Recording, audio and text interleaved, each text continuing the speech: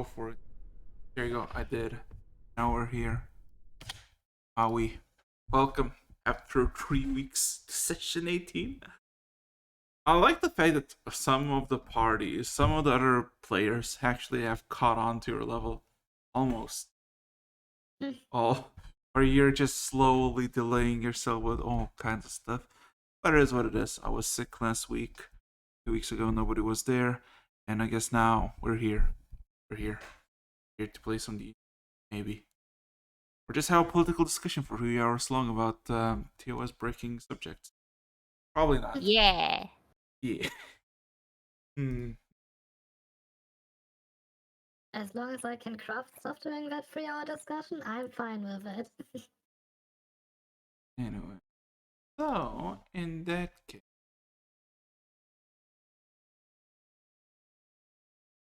So,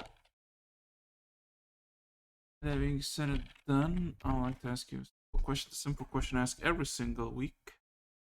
I haven't asked for it. Are you ready to begin? Yes. Yes, also I'm now imagining what would have been if you had asked the last few weeks. Just like at my parents' place, you suddenly appear in front of the window. Are you ready? Are you ready? The photo just flaps on the ground. That's the spirit. Anyway. There you go. So, last we left off, you all essentially were celebrating your victory over the satyrs in the city or the settlement of Platus, eating, drinking, exchanging informations, acquiring new masks for a particular someone, and of course, trouble was a brewing in the distance as Valentine, you spotted what you assume is the dragon whose vault you raided might have been coming out to take vengeance about the surrounding region. You warned the local populace, everybody fucking fled, and you decided as well, seeing as there was not much you could do, to just teleport out using the trinkets acquired from the vault itself. A discussion has been had, and you all decided to choose the Aeneas hat for the teleportation, which landed you in an old abandoned building, herbalist shop, previously abandoned for years. While the Aeneas had a bit of a nostalgic trip and all of you looked around, you found a particular little slime that apparently was the old previous owner's companion friend, all of above, which then you decided to take in. That being said and done, you were basically just kind of inside of the building that was shut from the outside. Savitra caused a bit of a scene as the slime just materialized out through the cracks and started just down the boards. Got a bit of a trouble with the guard. It made you stay there for a few minutes. Then you were cleared off. And then you basically all scattered in 3 separate directions. Valentine, you went to make yourself some gauntlets. So, I forgot the name exactly. The punching gauntlets, the ones Cestus. Yes. And you acquired quite a bit of insight, or I guess some very, very cold, stale lead that your brother has been in the very shop about 3 years ago. Which, I mean, said you would give a very interesting and very probably worthy item, meaning your helmet, that you don't wear, for information of your brother's current whereabouts. And that was pretty much it from your side. And then Dania and Recipitra, you were basically buying and trading gems, or technically selling, to this goblin that is very keen about jades and emeralds. You did your purchases. I hope you both wrote that down because it's been 3 weeks. And technically, that's pretty much it. It's somewhere around 11 in the morning. You're in Pella, the capital of the region. What would you like to do?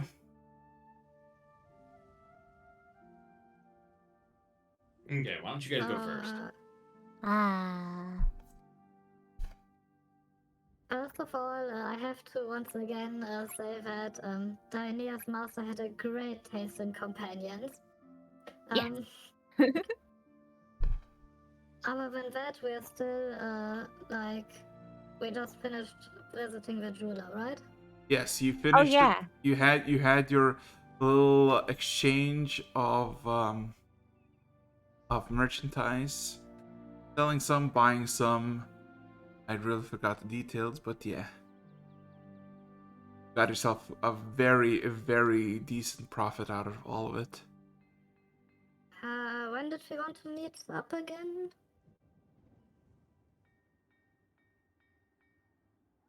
Did we want to meet like in the evening or Oh, with Valentine. yeah? Yeah, we'll meet back up in the evening. We need to figure out where exactly, though. Wait, is Valentine with us right now, or No, I think what you decided to do is meet back up at the house. Yeah, at the house that you know for reference all I think in the evening.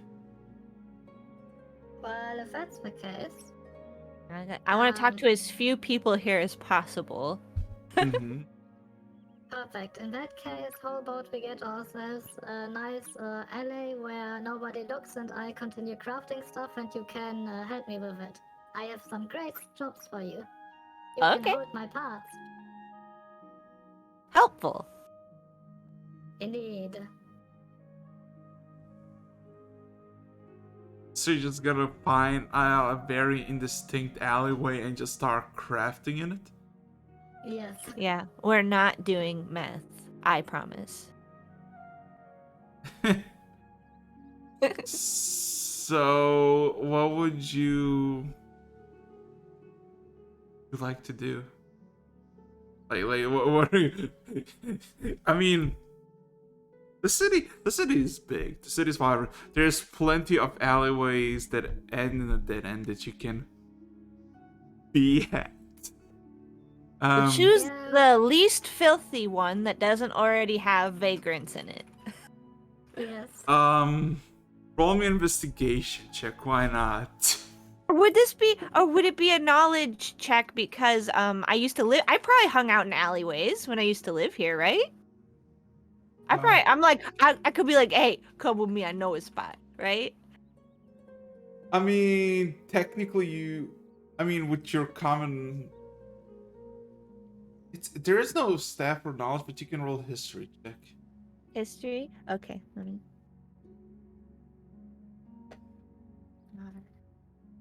1d20. Oh, what's my history?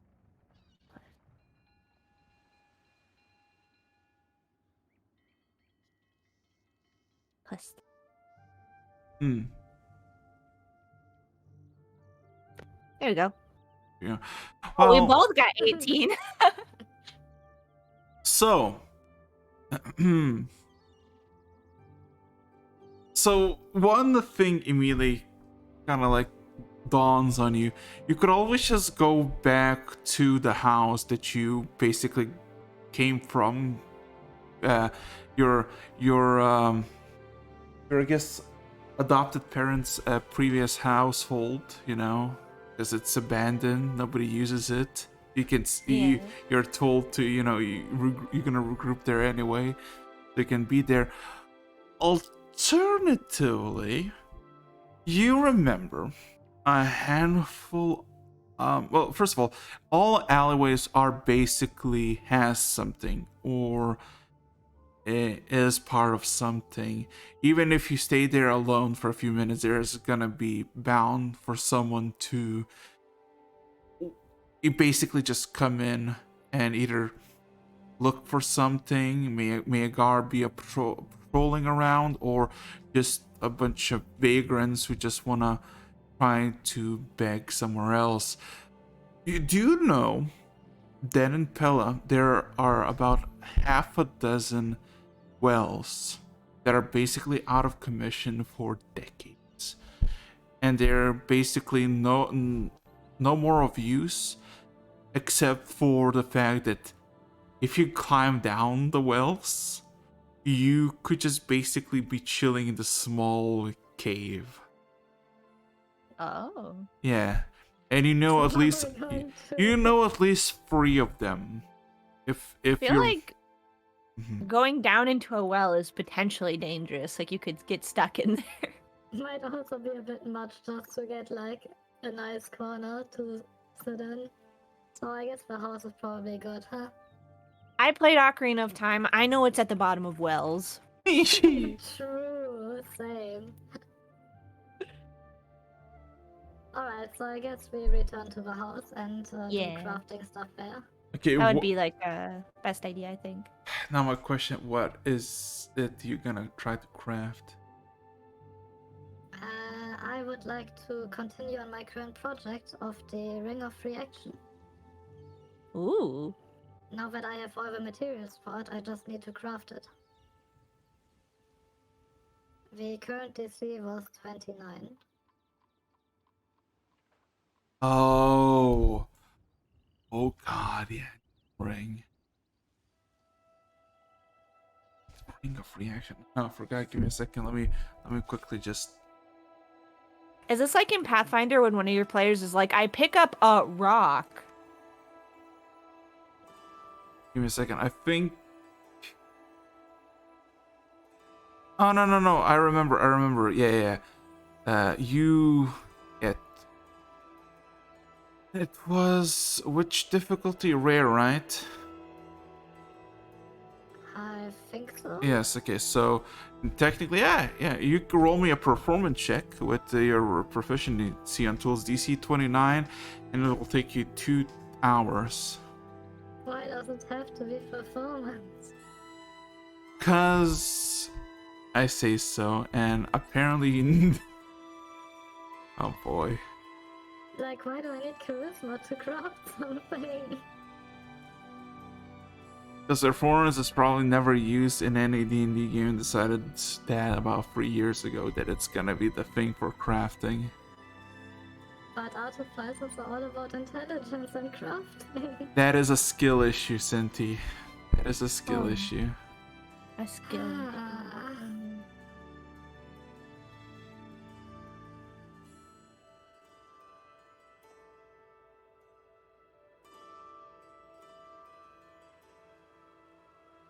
Alright. But you're sure to do impossible things if you follow your heart, just like the song. In before 29, just straight. Who knows? Well, at least I still get to do all of my other stuff. So, I will add my double proficiency bonus to it, as well as use a flash of genius to add my intelligence modifier to it after all. Complaints not able to add in intelligence modifier, still to add some. See what I mean? Yeah, but tool checks are normally not performance checks. It was always been a performance check. Yeah, and I think I already complained about it last time. No, actually, you didn't. You just asked where it was written, and I think in total throughout this campaign, I was told 7 times to look at the PDF because apparently you read it, but yet you ask what's written in it.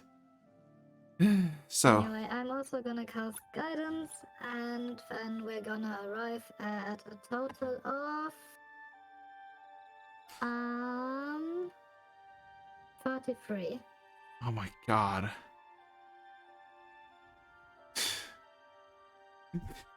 So much complaining who can get a modifier of plus 18. Wow.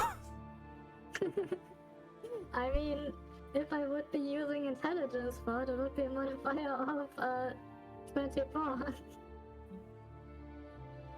Oh boy. So.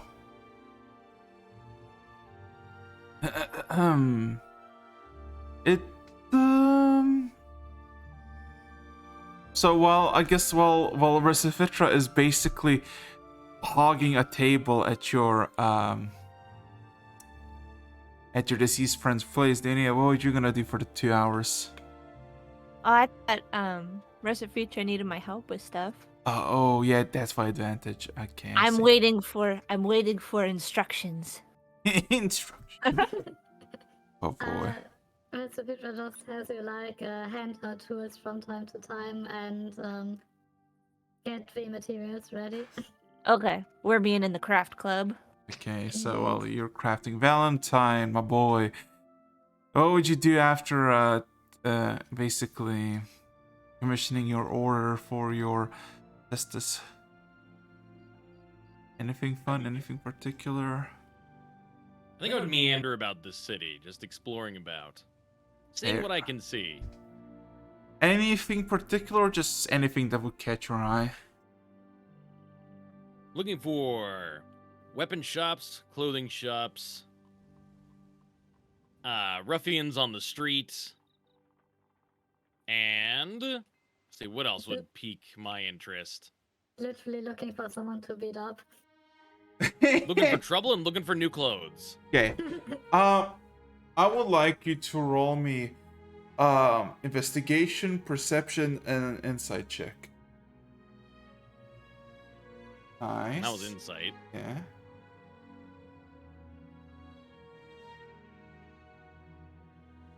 Wow, I'm an idiot.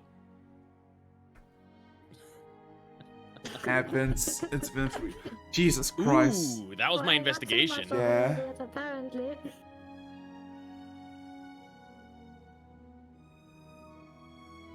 And there's my perception. Perception. Okay. So. So when it comes to weapons and clothing, besides the blacksmith that just came out, there was just like a smithy, you know, just very local, does your common goods.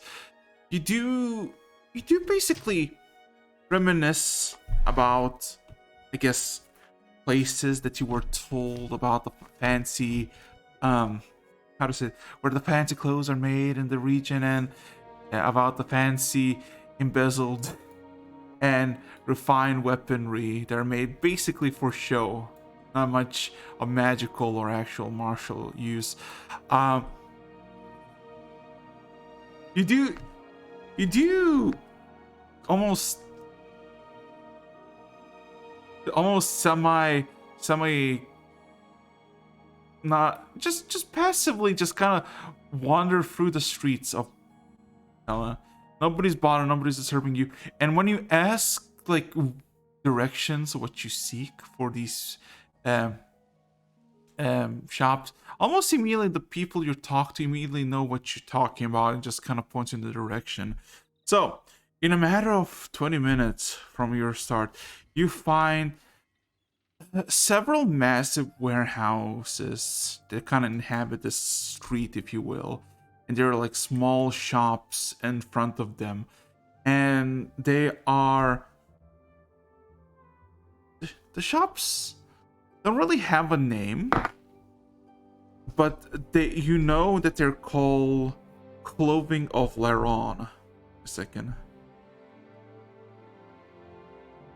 Yeah, as essentially it is a chain, or not a chain, but just basically people, a minor guild of the Tailors Guild that basically their main purpose, their main goal is basically making clothes for the nobility, low, high, for kings, and the emperor himself sometimes, if the commission comes through once every few decades.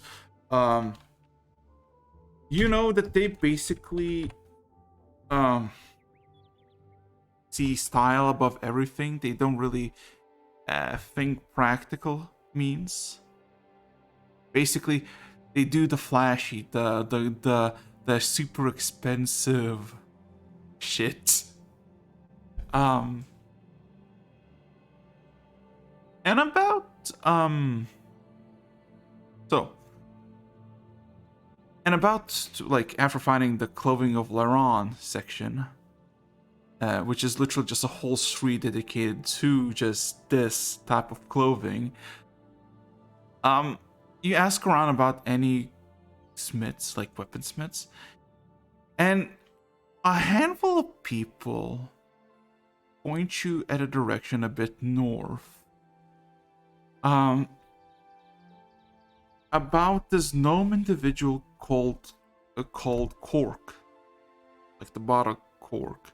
Apparently, he's been a recent arrival, and his metallurgy, his proficiency in making weapons, is basically equal to none. Apparently, he came far from the kingdoms of dwarves from the north east, and apparently is now practicing his trade here. Yeah. Well, that sounds interesting. I'm gonna go check him out. So, finding the rumors and following them, it takes you additional 5 minutes, where you basically not stumble upon, but just in a street of almost identical building, of stone with some wooden highlights. There is literally a same building as everyone else. But one distinct thing about it is that there is a crowd of like at least 7 to 8 people that are waiting in line. But with a passive insight, even though your passive insight is like a 10, right? Yeah.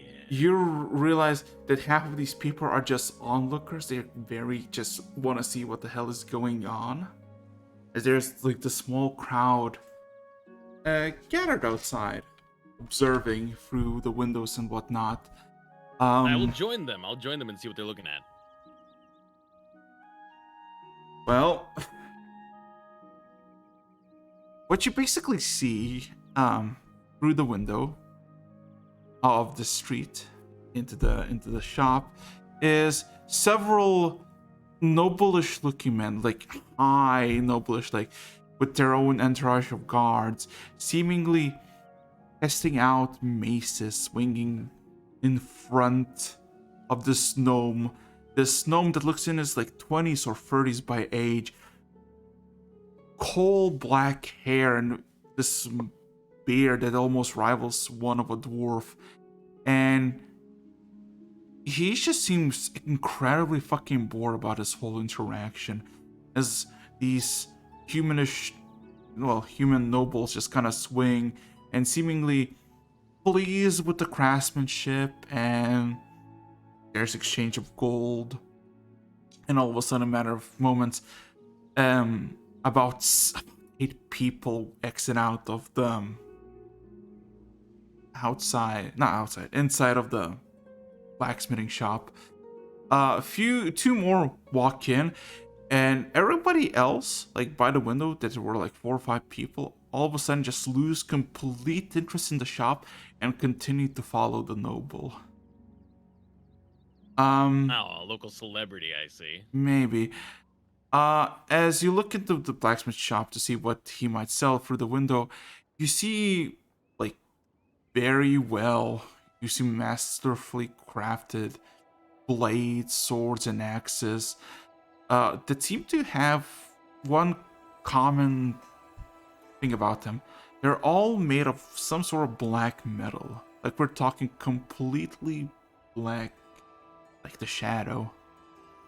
And there's swords but a dozen, several axes and maces, all nicely placed in this like small display case by the window, and quite a few of them at the back, kind of just on the wall.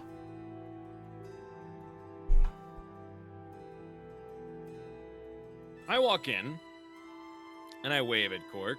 I say, Cork, is it?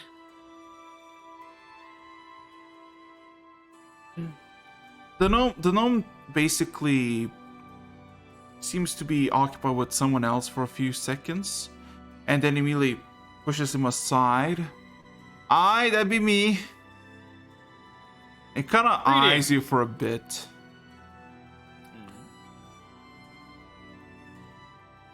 My name is Cork. What is yours? I am Valentine Haligritter. It is a pleasure to make your acquaintance. I've heard talk on the street that you are a craftsman of special talent. You can roll me an insight check.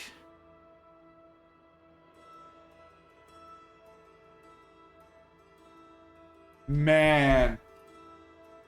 You realize that he recognizes the name Haligritter, and it is in his mind your perception of you immediately sours. Ah, a Haligritter, are ya? Yes? Uh-huh. Where's the money? Ha ha ha. Ha ha ha ha. I point at him. I start pointing at the other people in the room. Ha ha ha. You have met my brother. Aye. What's name? I kinda wanna have a meeting, Shit, kinda. What was his name? Do you wanna roll a history check? Let's see. Do you remember my brother's name? I feel like My long lost brother, Player knowledge versus character knowledge. My character would know this. Reginald.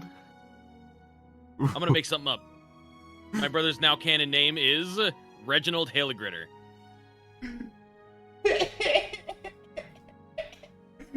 I wanted you to just be like, yes, my first name. Confusion. Named him like my Pokemon rival. Anyways, his Yeah. name is Dix. My Dicks. Pokemon rival is called Texas. Because it's the only thing I'm truly afraid of. Man.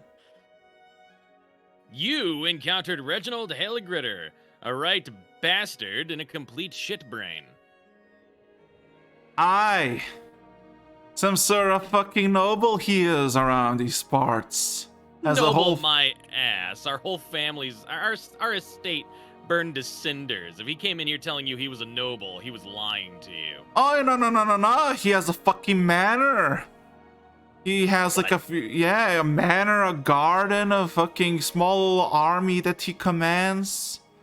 But- Fascinating. But he's a little shit that cannot pay what is due. He's about, he immediately goes behind the counter and goes through like what seems to be a drawer of just paper as a handful of them flies. As all of a sudden he raises his head above the counter, looks at the other patrons, and just kind of with this mean look just says, "Fucking out! Out!" Everybody is kind of flabbergasted, but just starts scooting away and just walking out and closing the door shut. As the door is closed shut, the gnome produces a piece of paper and he places on the counter, just kind of taps it with his finger a handful of times. It is what's it called? It is a bill for Reginald Haligritter. That is 1,270 gold pieces for a custom-made plate armor adjustments. Well, he's racked up quite the tab here, hasn't he? Tell you what, if you know where he is, I could go let him know that you're looking for him. Really? You don't? He kind of looks a bit too confused. Apparently you're his brother, but you don't know where he is. Yeah, so I'm gonna give you the long and short of my backstory here. My estate burned down as I said before, and I am convinced it's Reginald's fault. He bailed, and I've been wandering around ever since. Curious as to where he's wound up. Give me a second. He all of a sudden goes back to his counter, starts looking for some logs.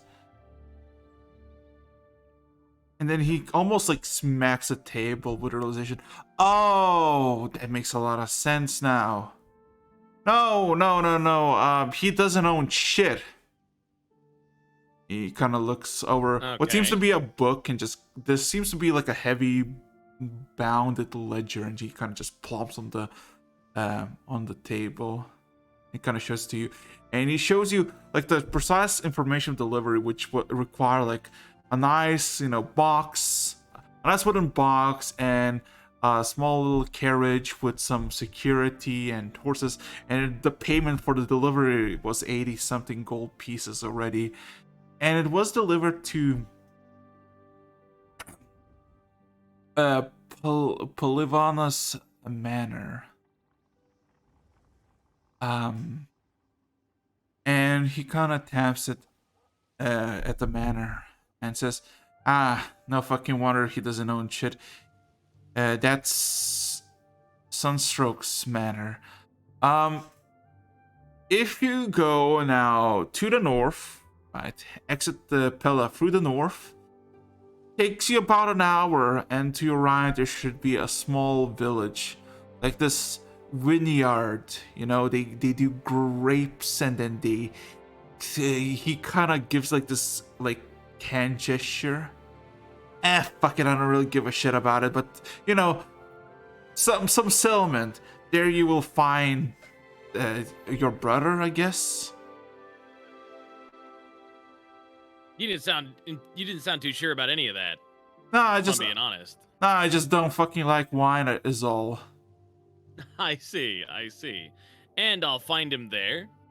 I mean, maybe the armor was delivered that was made for him to there, so I assume somebody would know where that armor went to. Assumingly on And this this. was recently? He looks for the ledger again, goes to a completely different section, finds the number that correlates. Or no, 3.5 weeks ago.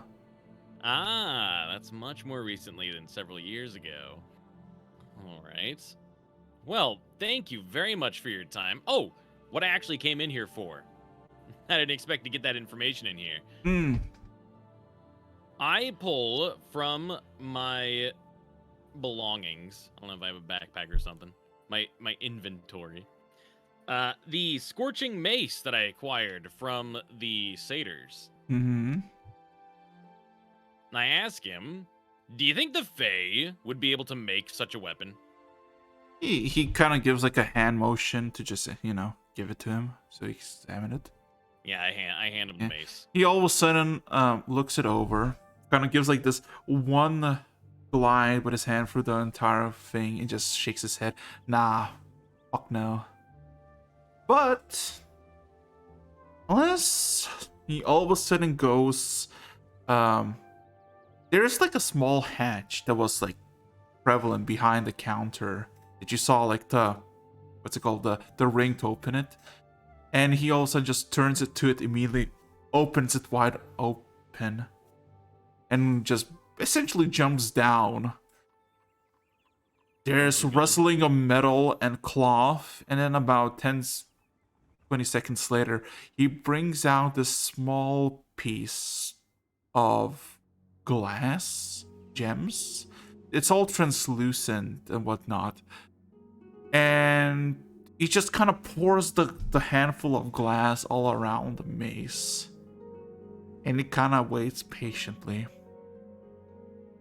In about half a minute or so, you see a sudden distinct change from see-through crystals to this brown, dark, green color. And he just looks at it. And just kind of nods. Aye, this is of the Fae, apparently. Not any Fae. He kind of hands it to you. It's one of the Wild Hunt's weaponry. What can you tell me about that? Chosen of the Sealy Court Tatiana's personal guards. Where did you get this? Kind of. I pried it from a satyr's cold dead hands. Ah. So, best case, you killed a long great descendant of someone who was part of the Wild Hunt. Worst case, you killed someone that was part of the Wild Hunt. Why is that worst case? Well, imagine an army of basically creatures of the Fae that have been trained to kill, murder, professional soldier types for over millennia. And they come in the rows of dozens to hundreds.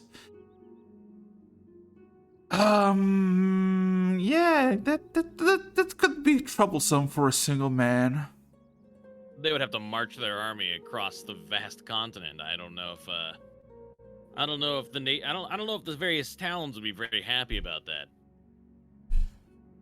Well, it didn't seem the best scenario in that case.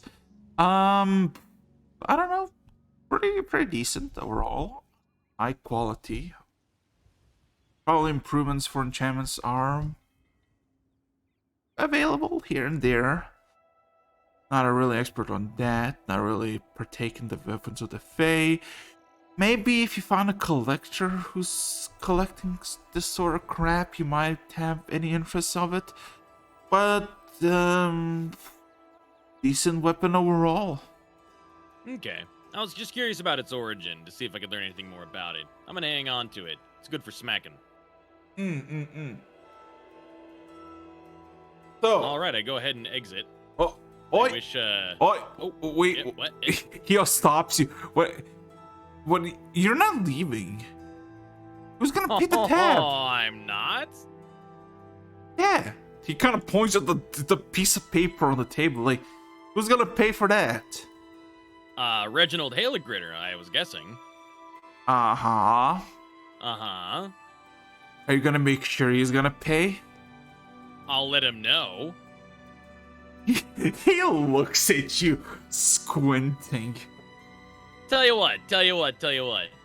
I'll do you a favor. I'll do you a freebie. I'm not one to usually do freebies, but I'm in a good mood now. I will bring him here one way or the other. How about that? You and I both have a vested interest in getting him sat down and talking about stuff. He looks at you, eyes you for a bit, and then kind of nods slowly. Sure, let's go with that. Excellent. I'll do my best. Lately, that's all I've been able to promise anybody. So yeah, I guess he lets you go. He lets you. Now, where are the weird people? Weird people. You're What are you weird. talking about? Oh, Valentine, when you said where the weird people, did you just slowly start looking at Danny? I definitely like peered around the town. And like, where did I leave my weird people? It's like back at the shack I sneeze and I'm like, I don't know why, but I'm gonna punch Valentine next time I see him.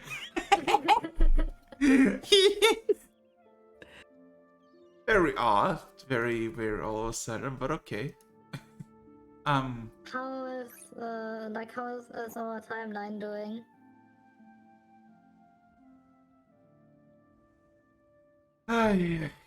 What did you say? How is our timeline doing? Your timeline? Oh, well, technically, Valentine, you still have a lot of time on you. So, would you go back to your designated place of regrouping, or would you try to go somewhere else? I'll take my time heading back. I definitely want to make sure we can get on to checking out that vineyard and that settlement. Hmm. But Roll me. I am still curious about the town, so I'm definitely stopping and smelling the roses on my way. Yeah. Well, I mean, you didn't find any like trouble to just haha on guard. But can you roll me? Can you roll me just a d10? Huh.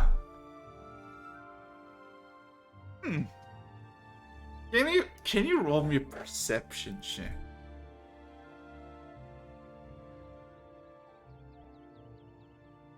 Huh. Oh. So, as you're walking, just casually through the street and just kind of taking in the sights of the city, it's pretty decent, quite clean, the streets. There are a few fountains and these like small parks with a bunch of trees, gardens, and whatnot for people to just stay. And you're kind of just wandering out. You all of a sudden, just get a sharp whistle immediately to your left, as all of a sudden a dwarf approaches you, seemingly from not a dwarf, fuck, a halfling. I forgot, a halfling, seemingly familiar. Is it the guy from the Dragon Heist? No. It is Sergeant Lumpo, the individual, the person that gave you your very first assignment way back a few weeks ago when you started your journey as a mercenary. I remember that. Yeah.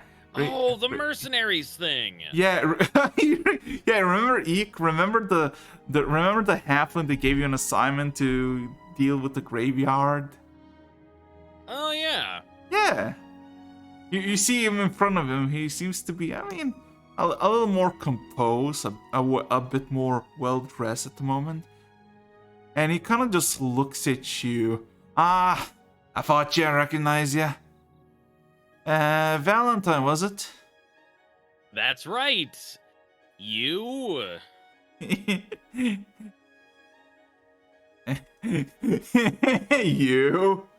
You. I am Valentine.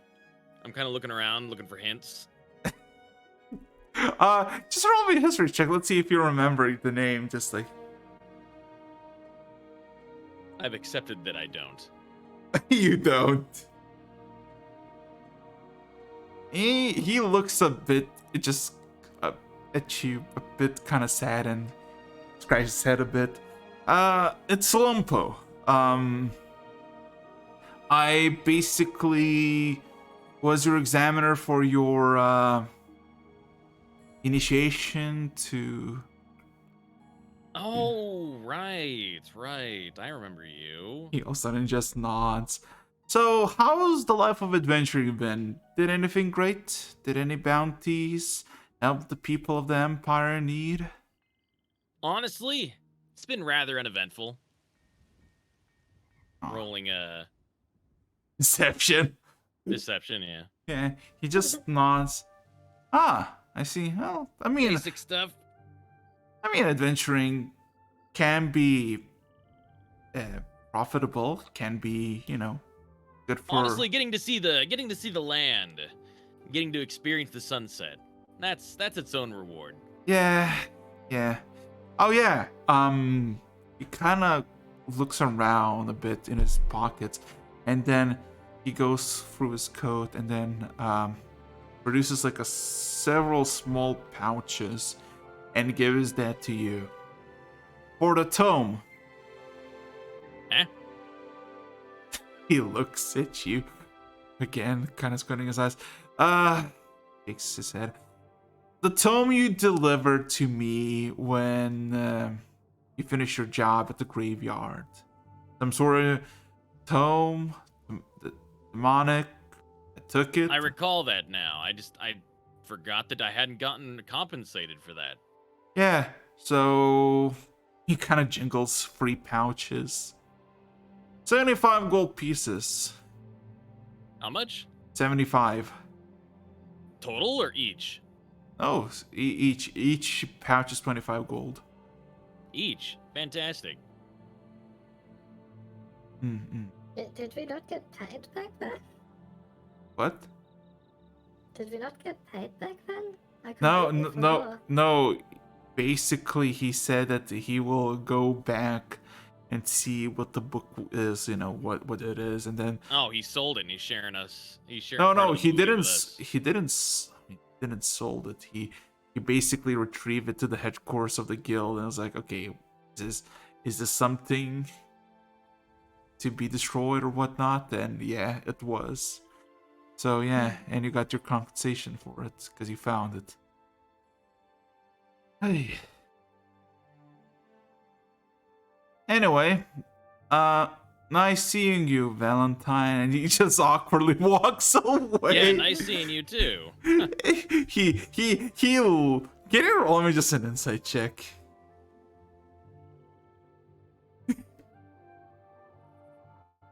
Uh-oh. There we go. Okay. I'm very observant today. Okay. Let's see if I can find the actual image that he portrays, because this is like a reaction image. Just the look. I can't find it. Oh, insight is wisdom and not charisma. I'm stupid. Yeah. That should have +1. Find the image, but basically he literally is kind of sad about this whole transaction, as he just you kind of forgot about him, and he's like, oh, it's just well, I don't know. All gnomes kind of look this. All kind of look the same. a halfling. Racism. Racism, DM. Man. The only reason I can tell A gnome and a dwarf apart is because one's hairy. Just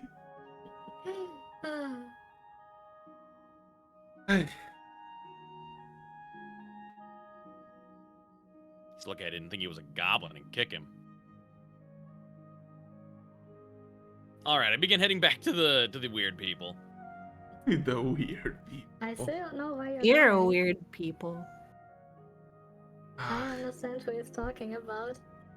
So, it takes you about 20 minutes, and you make your way back to the building that you exited out, and you can basically see as you enter the table, the shop counter that used to be is now just covered in tools,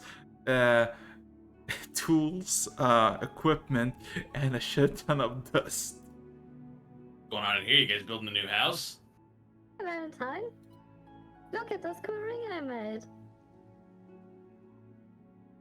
What? This ring, and I like to hold it to him. And I help. You guys made a He ring? did. Yes, I did. Why? With her.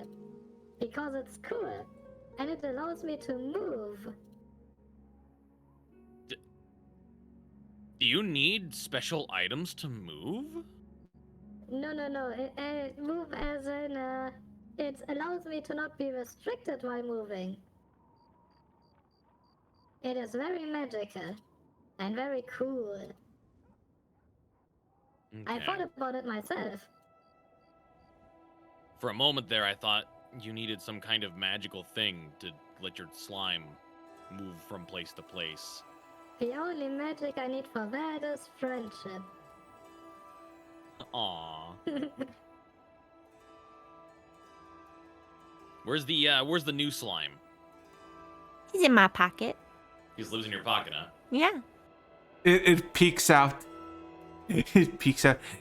Hey. Slides back in. I miss Jockey. I Man. like the pocket slime. We named him Ink, right?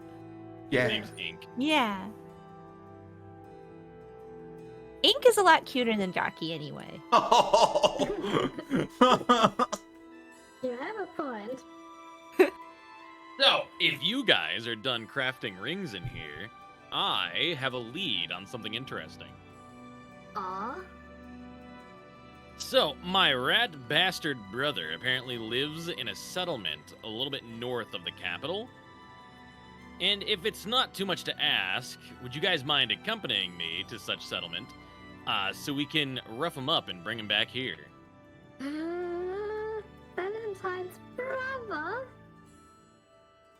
I'll be right back. He's a Someone's bad man. And apparently he lives at a vineyard where they make lots of wine, so I thought that would be a nice place to go anyways. Grapes? Yes. I love grapes. There will be many grapes. Valentine's brother. Okay, well, he's not our friend. But does that mean Why? you're gonna avenge your family and we can take all his things? I mean, yeah, that's the idea. Ooh. That makes it justified. I like things. My hope is that we find him and he's not a, destitute loser like I almost was. You could never be a loser in our hearts. Aww. Also, I don't really know what that means anyway. But if I you don't mean- want to be it, then you're not it. Means you don't have any money, or clothes, or food, or, you don't bathe. Retsupira seems to like, basically eat a bit of air for a moment and taste it for a moment.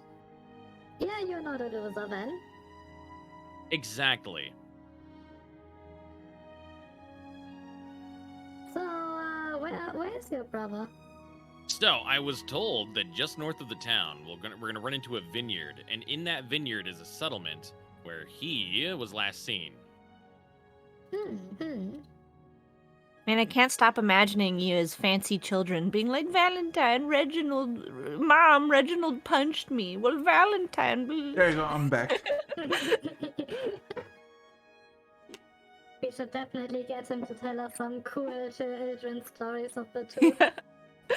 Tell us when you were fancy, dapper children.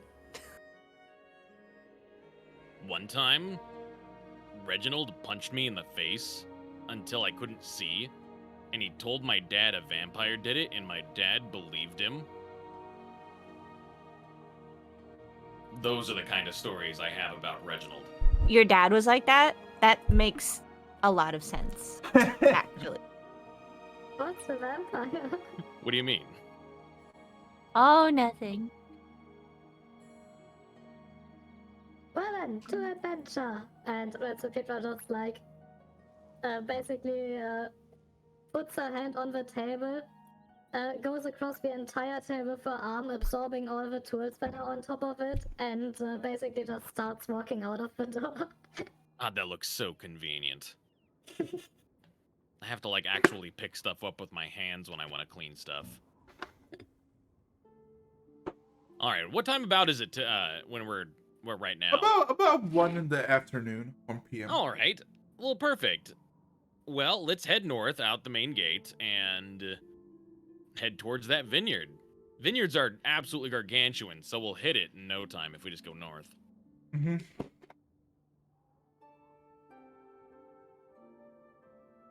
So, it literally takes you as you're making your way from the south of Ala through the city to the outskirts to the north, and just basically head north through the main road, the Emperor's Road, full of people and whatnot. Literally, not even seeing the horizon of the south, from the south, the city vanishing. Up ahead to the north, to your right, you can see distant vineyards appearing. Ah, there we are. Yes. It takes you a matter of 2 hours, and it's about 3 p.m. as you basically are really to your right, where you look just vineyards as far as I can see. Hundreds of people working on specific row, tending to the wines, and yeah. Now, Resifitra, Dionia, just because these grapes are growing outside, that does not mean they are free to take. Okay. Recipedra like breezes as one of her tentacles has already sneaked like halfway to her grave. And slowly pulls it back in a way where she thinks you shouldn't see it. It is pretty obvious. But it's just floating through your clear body. Just don't let anybody catch you. That's stealing, and stealing is wrong. Okay. I thought we were at your family's house. Huh. No, I don't actually know who owns this vineyard. As far as I know, Reginald just lives here. Okay. But yeah, All right, so basically, I guess we'll head into the vineyard and see if we can't find somebody. well, there's no like. Recipedra greets every single walker they pass on the way. Well, there is no like what's it called? There's no gate bars you from the vineyard. There's a shit ton of people who are working, and there's like a dozen or so guards that basically are patrolling around outside the vineyard. Basically, you make sure that wild beasts or just people running in, causing havoc to the wines, to the plants, etc. If you just casually walk into the like wines, like the wine fields, in the good like first 2 minutes, all of a sudden just a man in heavy plate armor with just all the cracks and metallic grinds would just kind of be like, hold on. Ah, good day to you, sir. We're here seeking the village headman.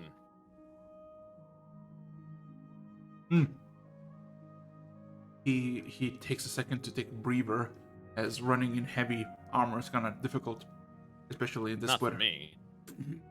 I know, for him. Weird flex. It says, what would you need from him? We're here Oh. to inquire about one of the potential residents of the village. And we don't want to just go knocking door to door. I felt that would be intrusive and startling. So wait, are we like in a gated community? No. No, It's just a village with a vineyard. Oh. And they have one guard in shabby armor who might be fat. Well, I mean, it's less that you're in the village. It's like you're basically in the outskirts of the village, which is surrounded by vineyards. Anyway,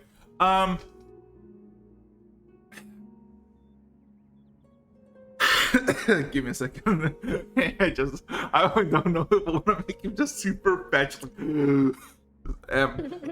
No, he just kind of composes himself and says, if you follow me, I can see if she's available. Lead the way, sir. Okay. Nods and just kind of proceeds to go.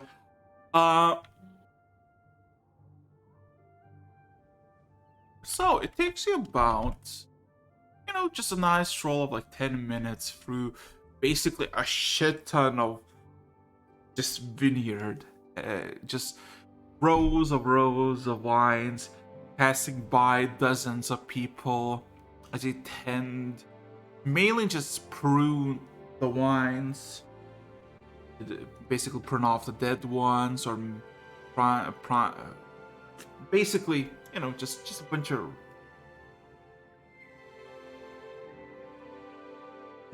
It takes you about additional 5 minutes, and you're basically in this empty field, not like grass, but more like dirt. And by the stains and permanent marks left from the past, you assume this is where, when it's harvest season, people gather the grapes here, and then they basically do stomping and produce the wine. It takes a few more minutes, and now it's like 15 minutes as you approach the actual village. A settlement that is very, very high class by the looks of it. Every single, like, not a single stone building. Every single building is made of brick, white brick. Everything looks clear and clean. And everybody who is in this vicinity, clearly not like working folk in the fields. They're all finely dressed and they just to be just they look like magister types, maybe, you know, those who oversee the manual labor and not really do it. Rich pansy. What pants? And What? Retrofit like stares at the pants around you.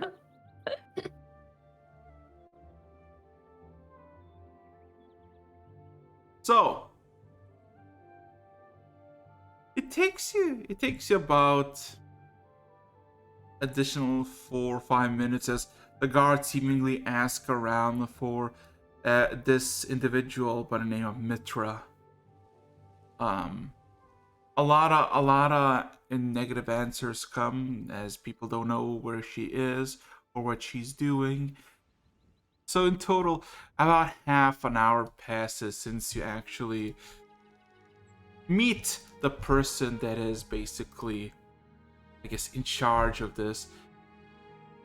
As you're basically are brought to this garden, almost, what's it called, a personal private garden that really had no door or gate, and you just kind of walked in, and there seems to be like a small gathering of finely dressed individuals, and the man doesn't do anything. The guard that brought you in, he doesn't really do anything except for giving a deep bow to the people, and just kind of presenting you all free and saying, Lady Mithra, you have guests. Give me a second. It's not working. Give me a second.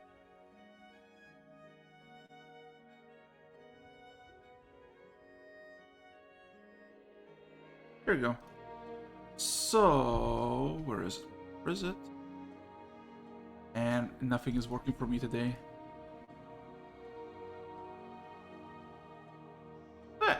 Basically, in a group of 6 people, they're seemingly having like late lunch, early dinner. Four humans and an elf, dressed in fine robes of silk in different colors, and there's one red dragonborn lady that seems to be responding to Village Headman's Mithra. a red dragonborn. Yeah. Oh, that doesn't bode well. Okay. I As leaned down to Reciphetra, and I whisper, "Hey, so I'm gonna lie. I'm gonna do a lot of lying." And Is that your brother? And she like points at the dragonborn. Okay, 2 things. 1, that's a dragonborn. 2, that's a woman. So that's a no. So no, that's a no. Okay. Now listen to me. We're gonna do a lot of lying. And when I lie, you just gotta roll with it, okay? I'm very good at lying. Fantastic. Good to hear. Alright. Oh dear. these old people who are having this nice conversation between each other seemingly stopped and just you have 6 people's attention, undivided attention. Good day to you. My name is Richter O'Malley, and I am the attendant of Lady Reciphetra. She is a noble from hold on, she's from the like the High Elf Court, right? My character would know this. History. You should have literally just answered. No, like I would know. I'm having player knowledge versus character knowledge problems. Okay. Give me a second. I'm just gonna. So technically, I'm pretending that we are here on behalf of Recifatra's noble house. there you go. Hi, King Palamor Kasha. There you go. We are here on behalf of Falamor Kashad to see one Sir Reginald Haligritter. Haligritter? I believe I'm saying that correctly. My apologies. To wish condolences for the tragedy of his house. There are a handful of confused looks. The Red Dragon more kind of stands up, looks at you, Rissifitra. I need to change the head model because you look like just a poisonous jellyfish at the moment, just translucent with red marks everywhere. As Petra gives us to look very important and not self-importantly. I see. She kind of stands up and looks at you, Rissifitra, eyes you for a few seconds. Perchance you have the papers that would validate these claims? Absolutely, we have such papers. Recifitra. Oh, yes, papers. What? Okay, Jesus Christ. She looks at those papers with a bit of disgust, just kind of eyes it. And her gaze looks a bit more suspicious, but then completely oblivious to your lying, just kind of smiles and nods, and gives back you the piece of paper, just kind of puts it on top of your being, Reciproca, just kind of taps, like tap tap. Yeah, just kind of sinks in. She kind of stands up, not stands up. She kind of looks at all of you and kind of smiles. Your condolences to Reginald will be delivered, despite that the tragedy has been. I do understand that we are rather late. It is my understanding that it happened several years ago, but unfortunately we're rather preoccupied. Well, that's just it. We already had. Kind of scratches her head a bit awkwardly. We kind of already had condolences sent by the High King of the Elves a few weeks after the incident. Actually,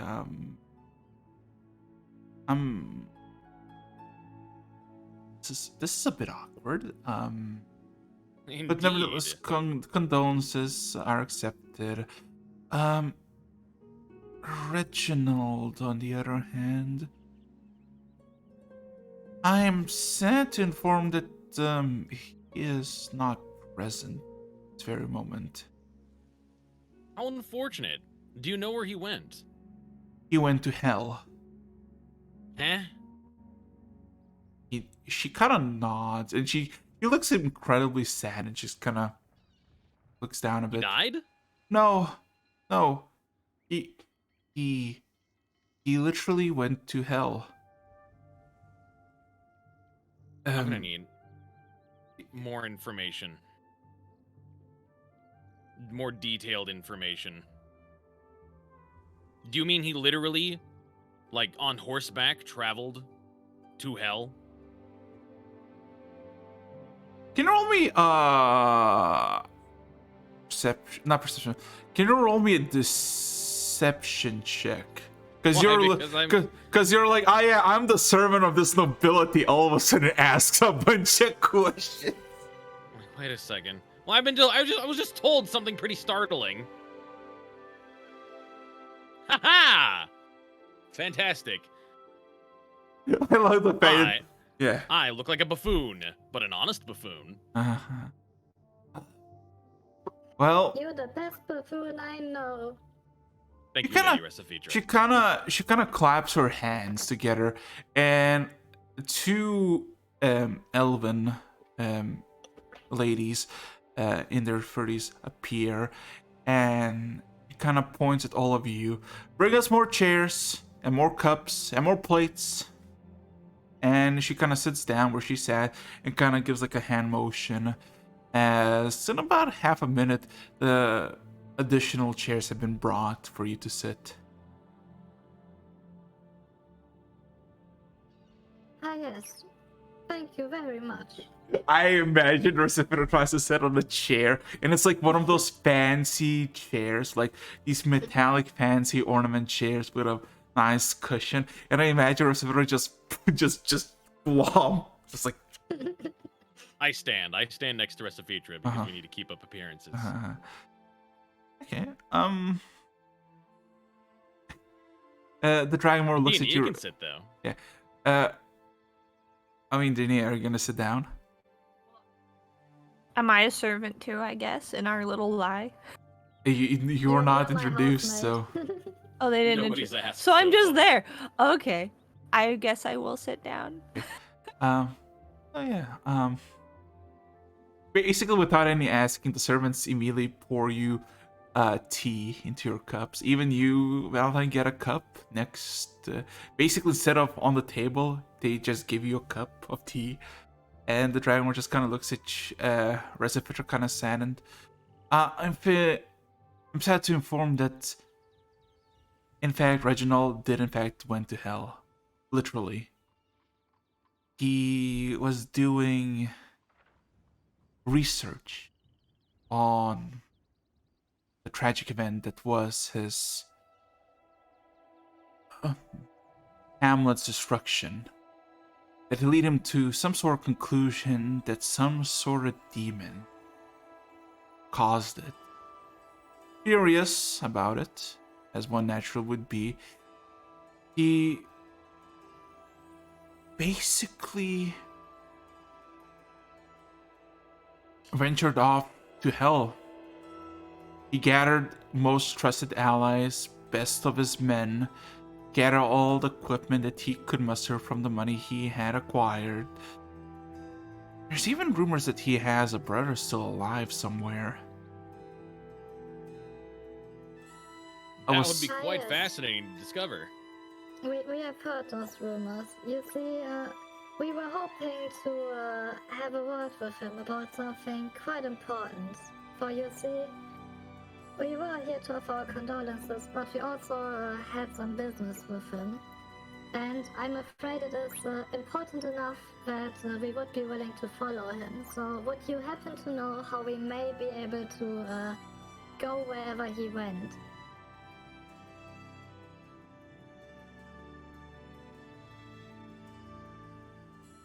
Well, that's I'm in charge of the vineyard. I am. If you wish to know exactly where he went, I just know the rumors, or I guess, I guess more sensitive information. If you wish to know where he went exactly to the letter, I suggest you talk to his wife. And where would we find her? There's a smile across her face. Oh, did you not know? Reginald Helligrer married Lady Sunstroke. It would appear that I have not been informed. Oh. Oh, the wedding was wonderful. It happened last spring. Nevertheless, if you wish really to know the whereabouts of Reginald, I suggest you ask Daniela, his wife, about the whereabouts, or maybe the incantations that led him to hell. She all of a sudden looks to one of the humans and asks, Is she present, the lady? Is she at the house? The human immediately grabs a few ledgers, looks aside, and looks through several pages. Looks at the one page for a few seconds, look back at her.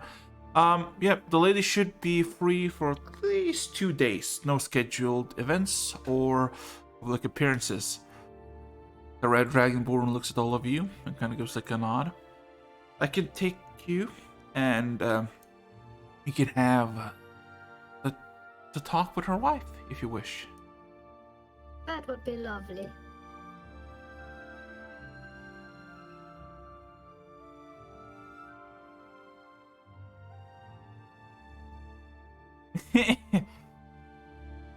uh, so, without any incident, the Red Dragonborn stands up and kinda, I guess, leads you. I assume you all take pursue, right? You pursue. Mm-hmm. Oy, oy.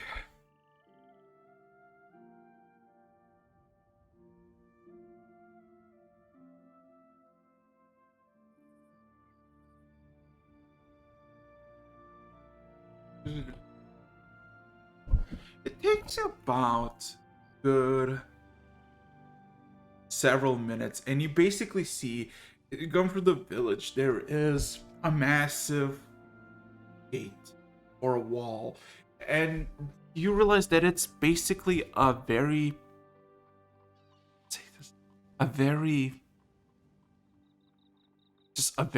open, wide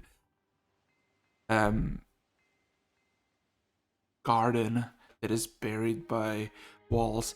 And eventually, after some walking around it, you basically come across a nice gate with a few sentries posted up, heavily dressed in plate, extremely well maintained armor and clothing, one that would befit envoys of nobility, or I guess the guards of the envoys of nobility.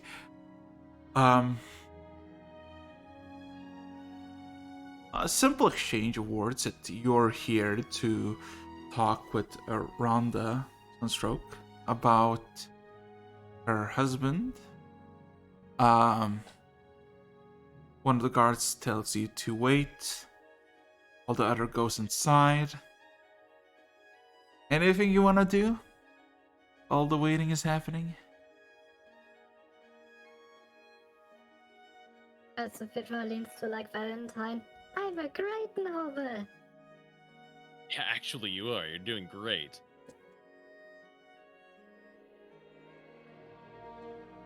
So, a few. Give me a second. I need to actually. God damn! Why is nobody working for me? God damn it! My scuffness. There you go.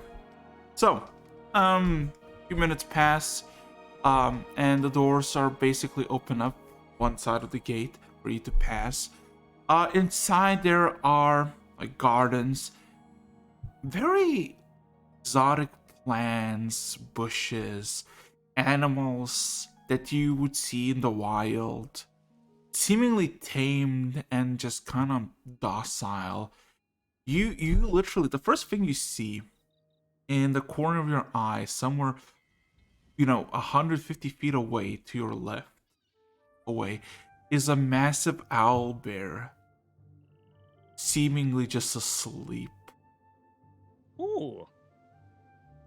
You see several wolves, you see 2 bears, you see a shit ton of birds that are basically perched around the trees.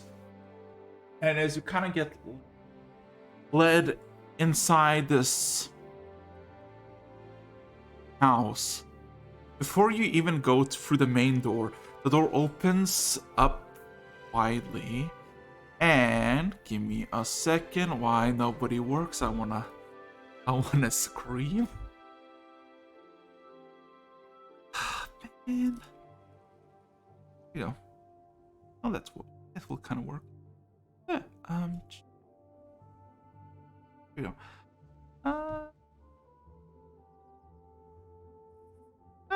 You basically are presented to you a young lady, a human, barely in her 20s, maybe 20, mid 20s is the top you can give.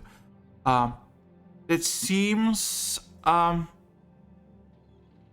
of happy to see all of you, but also kind of feels somewhat sad about something.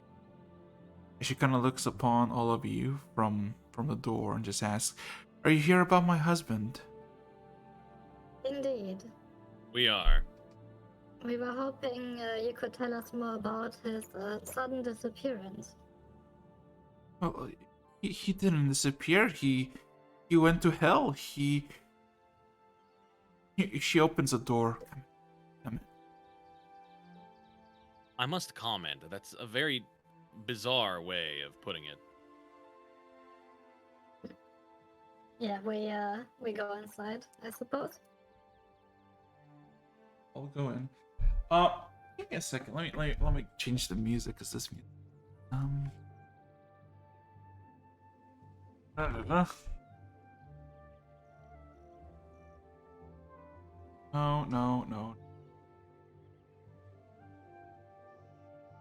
There's no good ambiences for this. Fuck it. Maybe let's try this one. This will work. Because apparently my bot doesn't want to play shit today. Please. Will this work? Hey, there you go. So.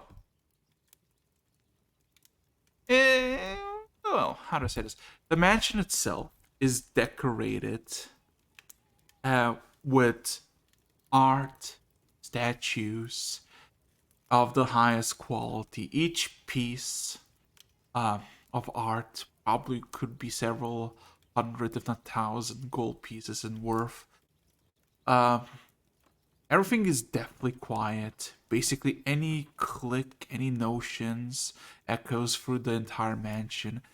Mainly your footprints, Valentine, as you seem to be the only person in play that is walking around, and the clasping of your feet echo several times over before basically the same thing goes.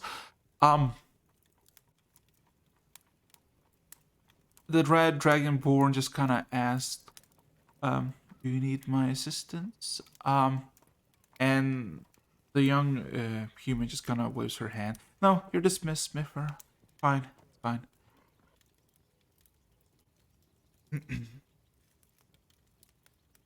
So, who are you? What are your names? Why are you after? This is Lady Resifitra, and I am Richter O'Malley. And that over there is my maid, Dianea. We are traveling, and since we have important business with your husband, as I've come to understand, we were hoping to get some more clues about his whereabouts.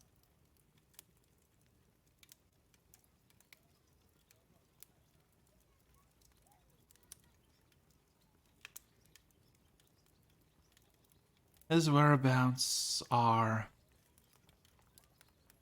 I know where he is. I know how to get to him. The main problem is it's difficult. It is sacrilegious, vertical even. Well, we are unconcerned about the difficulty or the apparent heresy that the task requires. I don't even know what that is. You needn't concern yourself with it, my lady. See. Well, to put it blankly, as she kind of proceeds to walk, and basically every once in a while you see a servant that you kind of walk by and they just kind of bow, or some of them even just need to walk by. Everything is uncomfortably quiet. As you're basically going to the second floor, just kind of following the lady, and she just goes, "So, about 2 years ago, I met Reginald, and I fell in love with him. For he was struck with a tragedy. He was of the Heligritter. Their hamlet got destroyed, only by fires. But he knew something more. Demons came to his home, slaughtered everyone and everything, and razed it to the ground. He was told by his father to flee. He did so, but all belongings that he could carry, he couldn't live like this. I told him not to. He did it anyway. You're basically being led to one of the hallways on the second floor at the very end. And there is a door that is locked. Like, there is an actual lock that is placed on it, seemingly bounding the whole door in place. As I'm rolling an investigation check. I'm looking around as we venture around the manor for anything I would personally be interested in. So there's one thing that is kind of so there is a banner, quite prevalent, in the second floor specifically, at the beginning and the end of opposite hallways, which is the Sunstruck banner. It's basically this pale yellow background with this black sun in the center of it. And what you see on one side where you're getting led, there's another banner next to it, and that is the Heligritter banner. Perfectly preserved. Doesn't seem to possess any signs of damages of any kind, and doesn't seem to be fitting properly when it comes to the design choice, because on the other side of the hallway there is no banner. Heligritter, kind of just odd and out of place.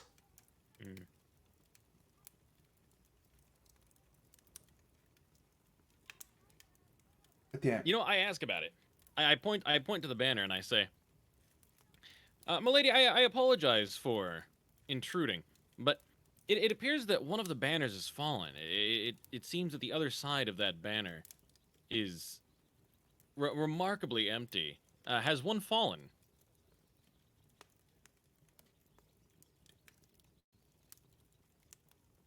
It got torn down recently. My father came by, had a shouting match with him as always. I see. My apologies for being so intrusive. It's fine. It's fine. Heligritter was a good family, a nice house. That's what Reginald- we've heard as well. Reginald wants to restore it once he feel like he redeemed himself to those who perished. Well, we would be more than happy to assist him as part of our goal to reach him, if we could just find out how to get there.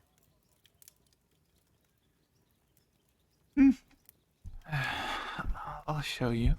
As you come to the door, with the lock, with the massive lock, it's the very end of the one hallway, and there's like 10 feet away from you. There is just the Heligritter banner, just there, fully draped up next to the Sunstroke banner. She all of a sudden goes through her pockets for a second, grabs this sturdy metal key, and just opens it. With a clang, the lock kind of breaks down in two pieces, and she kind of puts the two-piece lock on the ground and opens the door, where you basically witness a very wide room as you assume it was like a study, if you will. But now there is just again.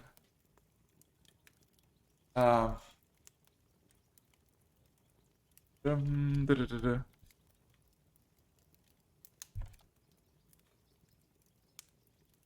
There you go.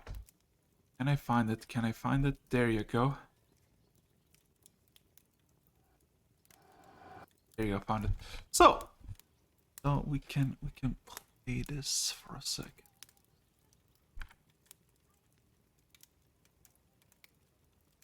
There you go.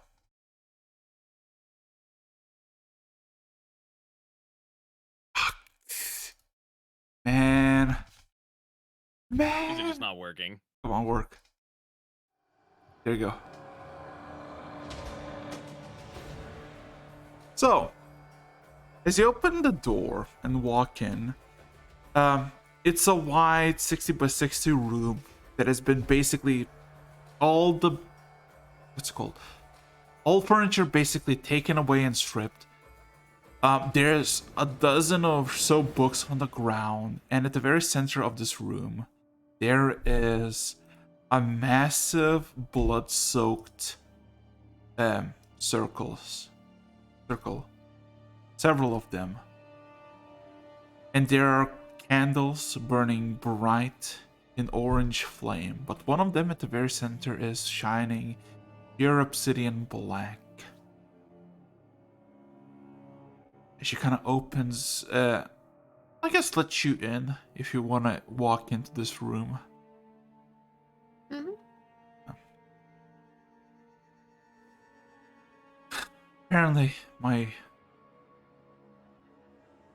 husband figured out who was behind the Hamlet's massacre and sought off to find it and bring it to justice. How long ago was that? Less than 3 weeks ago. He gathered 7 of his best friends, comrades in arms from the past few years he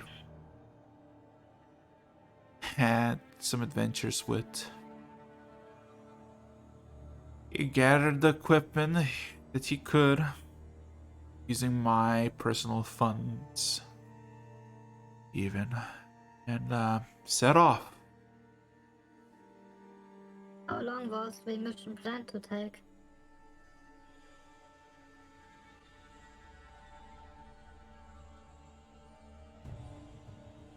She doesn't say nothing, she just grits her teeth in anger and just shakes her head, clearly displeased.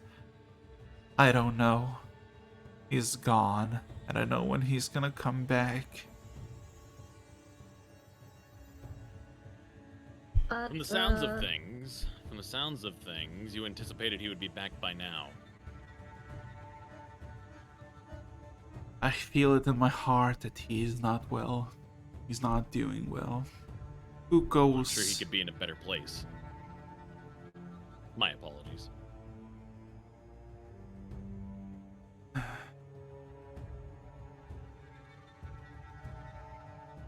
Did he leave behind any instructions on how he operated this gate?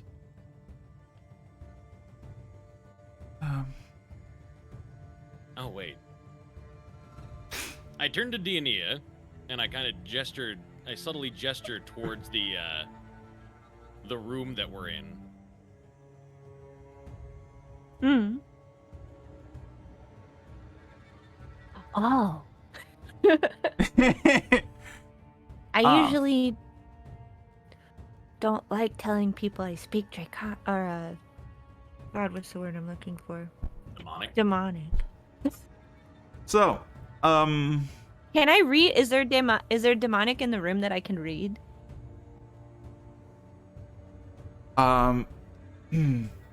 give me a second. Can you roll me perception check? Okay. Can you?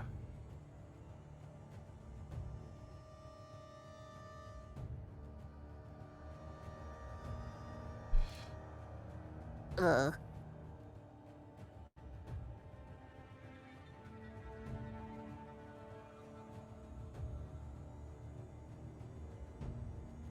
If we're able to just investigate the room, you gotta get the lady of the house out of here.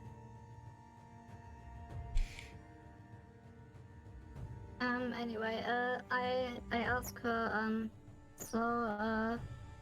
whatever he used to go there was also supposed to bring him back, correct? So this is a two-way street.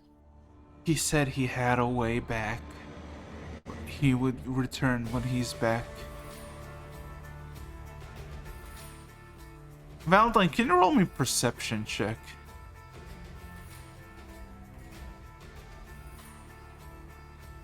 Ooh, I'm not doing so great. Oh.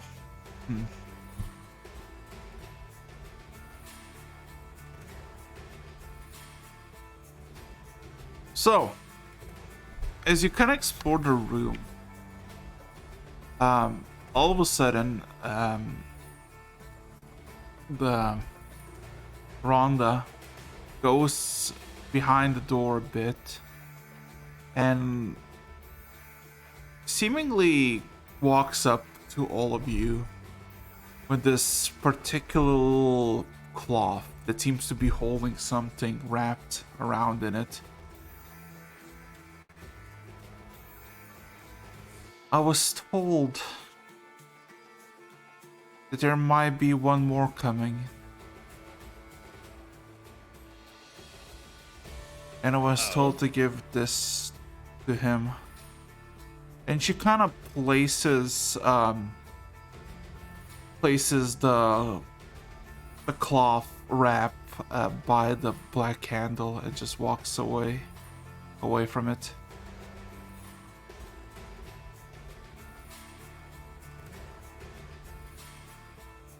Okay, I take it. I take the wrapped item. Immediately around. you feel something familiar about it. It Oh, feels... I immediately unwrap it in a little bit more excitement than I probably would have otherwise. It is the fabled weapon that you possessed ever since you saw it as a child. Your father told about it, what it did. As soon as I see it, I say aloud, "It's Silverlight!" Can you just roll me an insight check? All of you.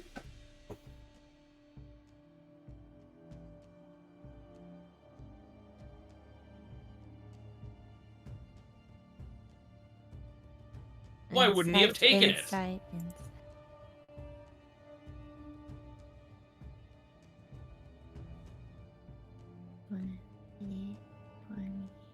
Oh.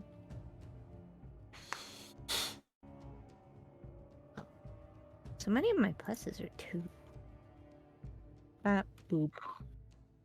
Oh my god. As this revelation came up across Valentine, Dini, you realize something. Rodna knew all along who you are. Oh. How did I realize that? Because when Valentine exclaims, "Oh, this is Silverlight," you see Rhonda by the door with a smile.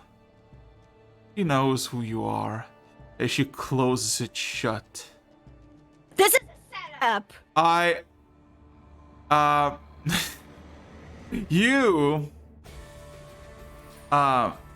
You all hear through the door as it gets immediately locked. Rhonda's voice. He told that you will come, Valentine. Now please, save my husband. Yeah, did he tell you why I was coming? Did he tell you it was because I love my brother and I miss him so much? No, because you're stupid and an oaf, but at least you used that rage to kill someone who's responsible for why you're here. Yeah. As all of a sudden, all the candles light up obsidian, and the light turns to shadow. As I would like all of you to roll me a d6. I'm gonna Where's the roll. feature? Quick! Counterspell or something. I don't know. I don't have counter spell. Ah, fuck! I could burn the door down. Well, if we're just burning stuff down, I can do that. I have fire. Quick, feature. Do a magic thing. I don't know. Right, so Peter makes like a gold coin shine in a bright light, and it's like, yeah. Okay, Danny, roll me a d6 real quick. Okay. Did she not? Oh no, You shit. did not. I did it. I did for Euro. Oh boy. No, Dania. She was the only one that could talk to the people where we're going. The demony one. We're gonna have to point at menus without Diania. No. Oh, am I gonna die?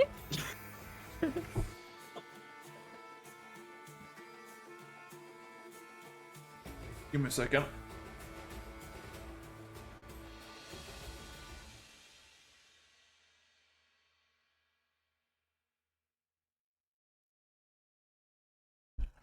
There we go. That's good enough. Oh, you know what? You know what? I want to do this one. That would be better.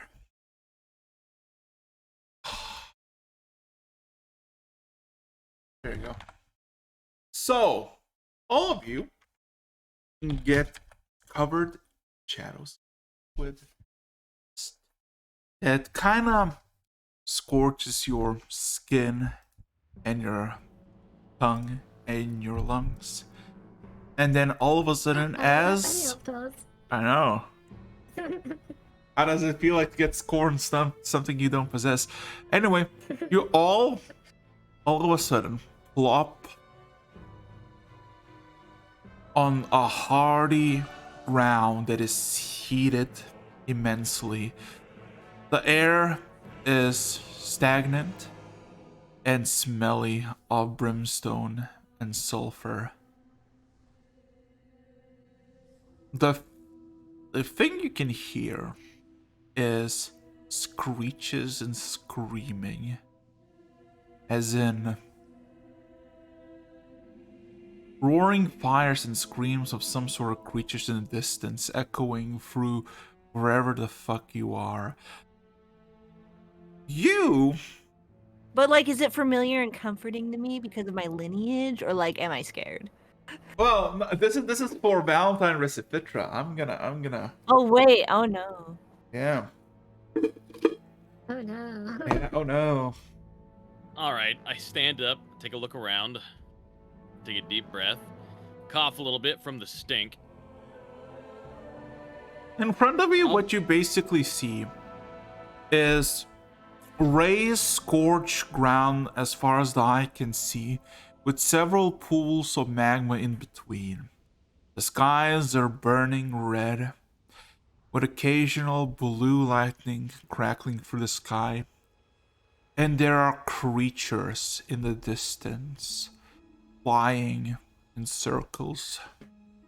Winged Well, beasts- Recifeature, if you told me this is where we'd be at the end of this afternoon, I wouldn't have believed you. And I was using such long words. How did she see through us? Yeah, probably because I wear resplendent red and carry a whip. I should have thought this through. Or Well- maybe because I am seen through. Nice. Well, Ural is here with you. Diania. Diana is not with us. Yeah, I know. Diania is not. Ural is. Because Ural's going to be here next session. We're going to be here. Diania.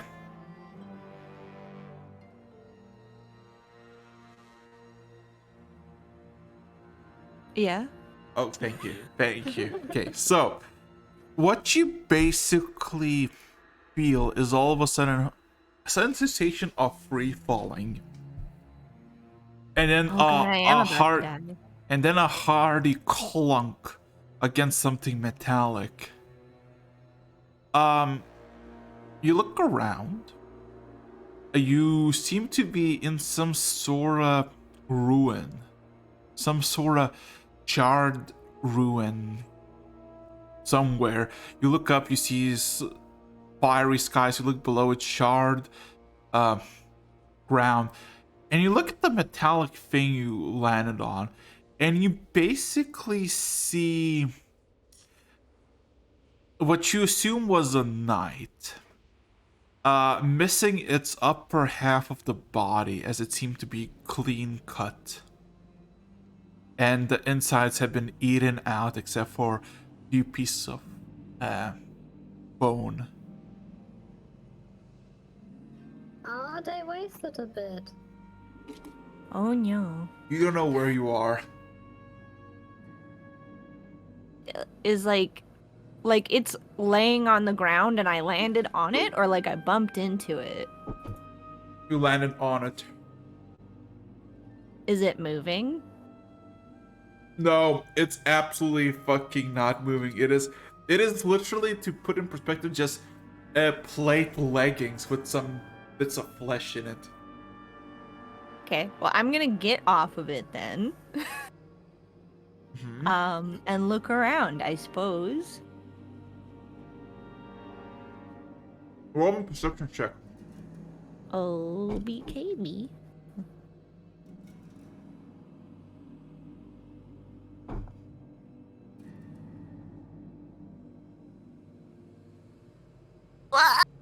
Wait. Oh, okay. I thought I rolled a 1 again. But it didn't.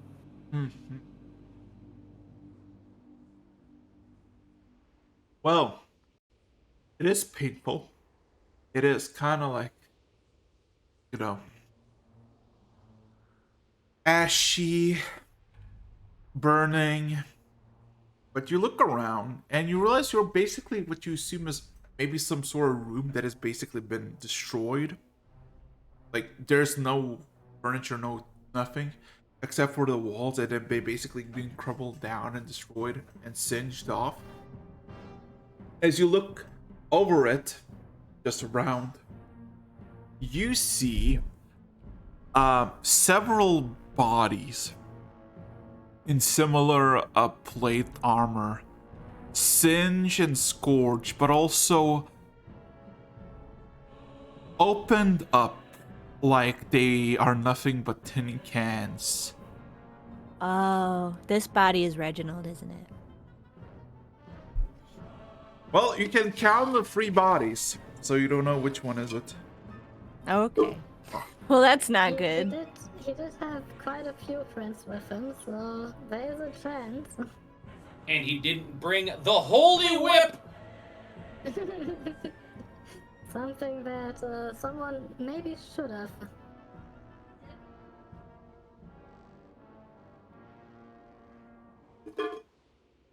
Am I sealed in this room, or is there an obvious exit like a door? You can literally climb over the wall, because it's like, you know, like 4 foot tall. You can. Oh, so I'm not in a room? You assume there was the room once upon a time, but now it's missing basically at like 2/3 of the wall and a Okay. ceiling, so you just can climb out of, you know. I guess I'm gonna go to the wall, and without exposing my whole self, I'm gonna kind of peer out and see what I can see. Roll me another perception check. Give me a second. I'll be back.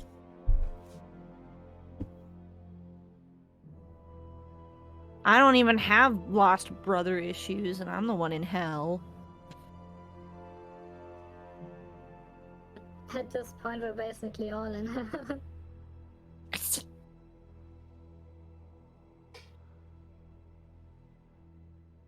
At least it's should be familiar to me on some level, right?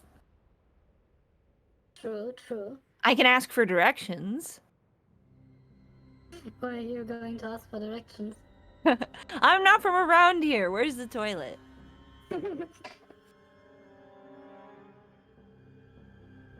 you seen a blue blob and an angry guy anywhere? Ah, yes, the perfect description.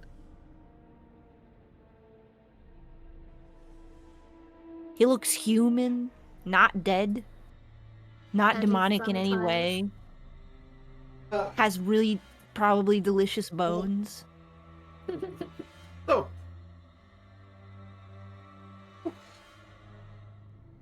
looking around, you see that you are basically somewhere high,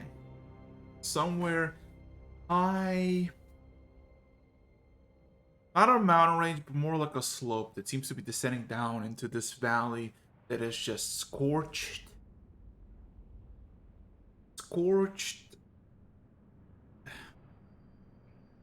floor and rivers of magma.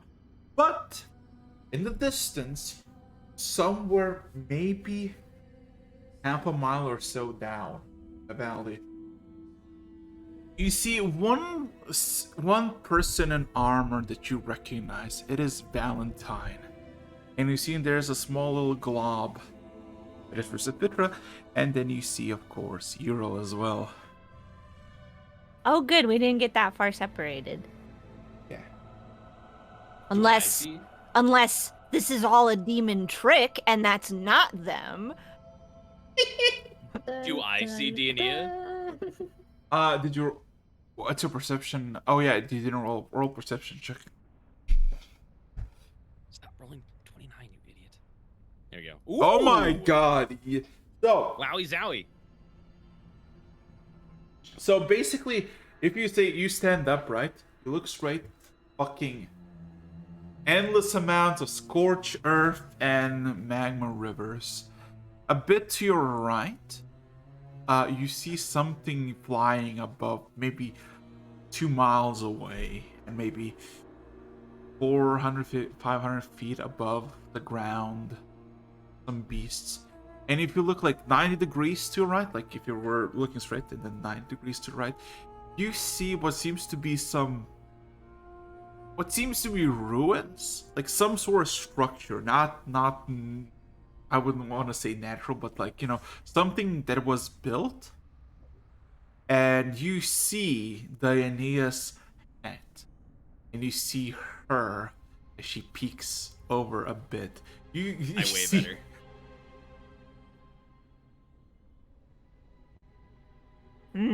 I already look forward to explaining to V how she was not here for 1 week. And now we're in literally hell. went to I'm cautiously looking over. I don't know if Valentine can see my face where I'm just like, is that actually him? I wave. Diania! Isn't this place crazy? you gonna yell? You're not a demon trying to trick me, are you? Are you yelling at each other? Yes. Yes, we are. Oh my god. No? Okay, well, I think I found your brother. Oh. Oh. Oh. All right, well, we're coming up there. Come on, Recifetra. I wobble after him. Okay. Okay. So. Well, through the place of fire and brimstone, as I guess Valentine and Recifetra are making way there. I see. Yeah, making their way. Dini, I have a simple question.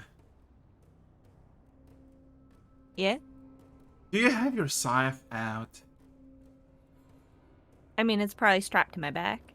You hear a voice Oh. inch into your mind. Ah, the fourth circle. It's been a while since I've been here last. What are we doing here, lady? I take the scythe off my back. I'm like, is that you? Yes, it is me. You never talk to me. Yeah, 'cause it's weird. You're from here? No, I'm from the mortal plane, but I used to delve into Hellas quite often. This is the fourth circle. How does a scythe get to the circles of hell by itself? Well, not by itself. I used to be like you. A very cheerful, optimistic tiefling that had an inkling for the demonic arts. Made a few pacts, you know how it goes. You were a tiefling before you were a scythe? Yeah. What do you think the skull is? Exactly.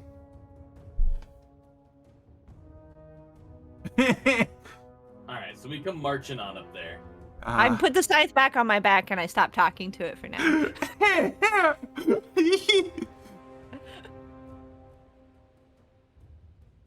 So, I don't know if you're gonna like what you see up here. I don't know. Let's find out. I don't know. Let's find out. Okay, so you make your way after a good few minutes to the place, and it's basically what seems to be ruins of some sort of building that was basically demolished. Fuck knows how long ago. And it's basically just singed remains. It's basically just singed, globulous mass. And basically here, in this little building has basically been destroyed. There are in total 3.5 bodies. As in, there are 3 bodies next to each other, and then one where Dionia was first came up here, missing half of it, so 3.5. Those 3 bodies have excellent plate mail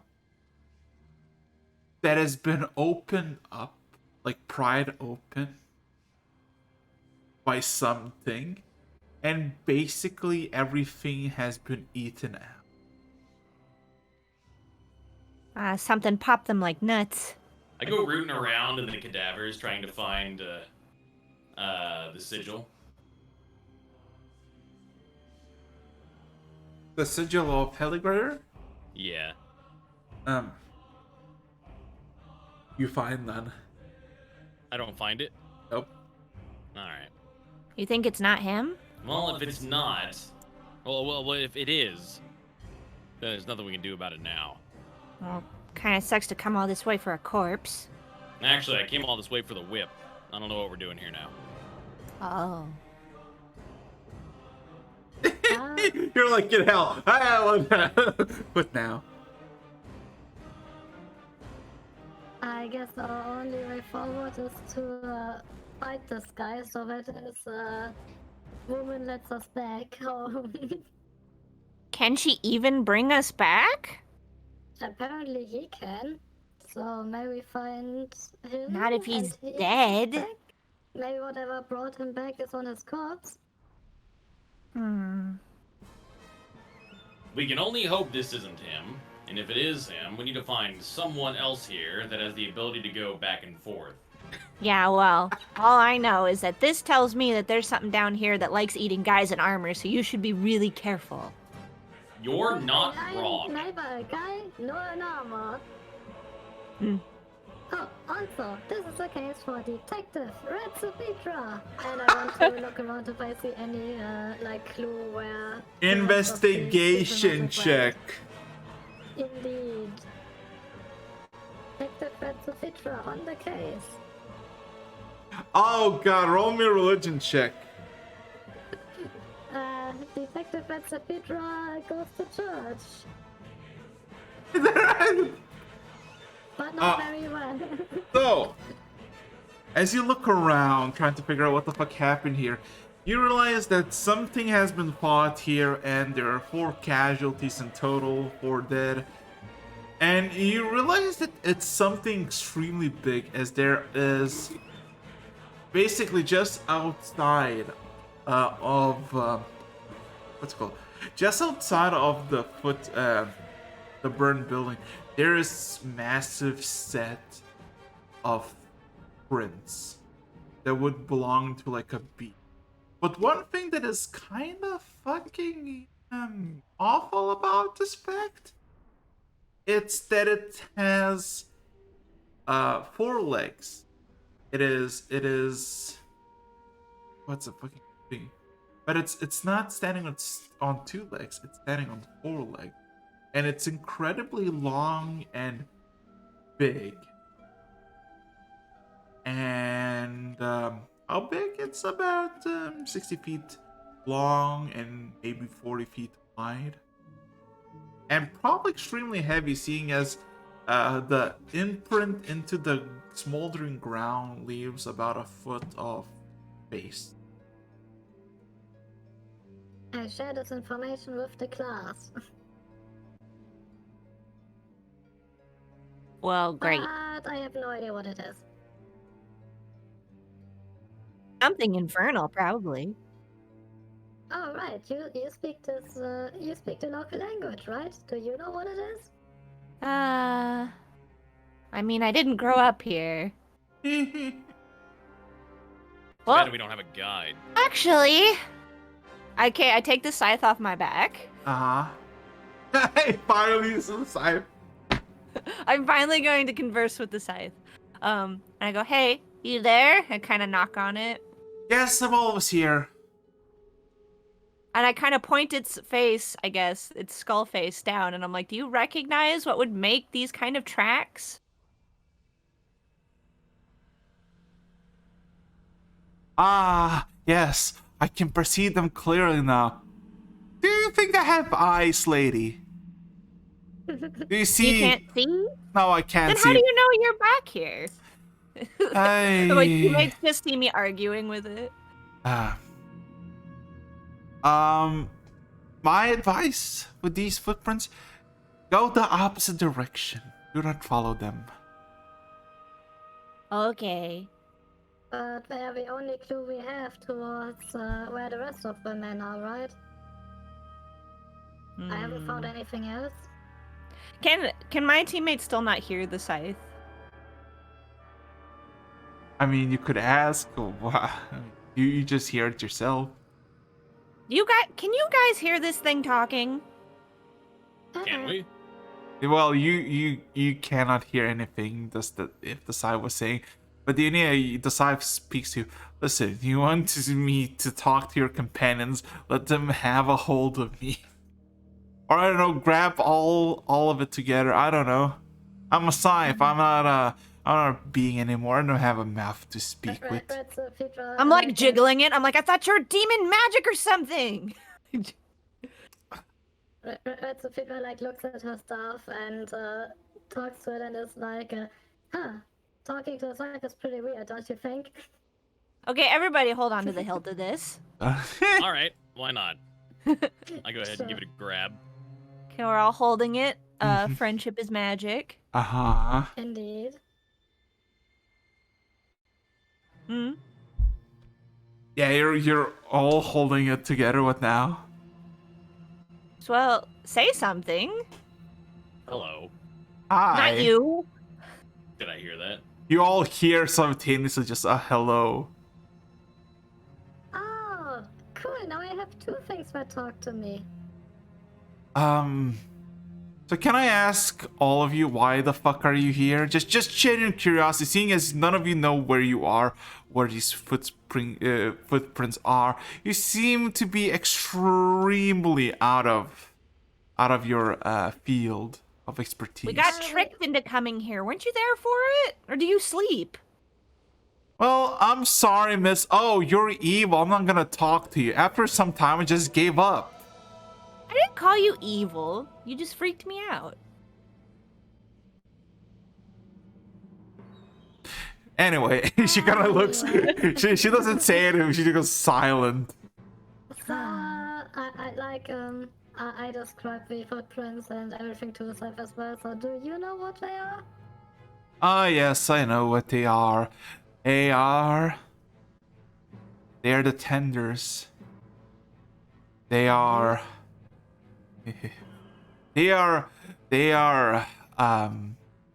tenders of slaves. They are rulers. They are lords in their particular own way. I guess in this case, greed, since we're in the fourth circle. My advice to all of you: do not try to talk, engage, or whatnot. These beings can grant you power of a warlock. I do not think you can even challenge one Oh. in its own plane. Anyway, why are we here? We are trying to find a way out of here, and our only hint might be wherever that thing went. We're trying to find a specific person that might be our only ticket back home. Wow,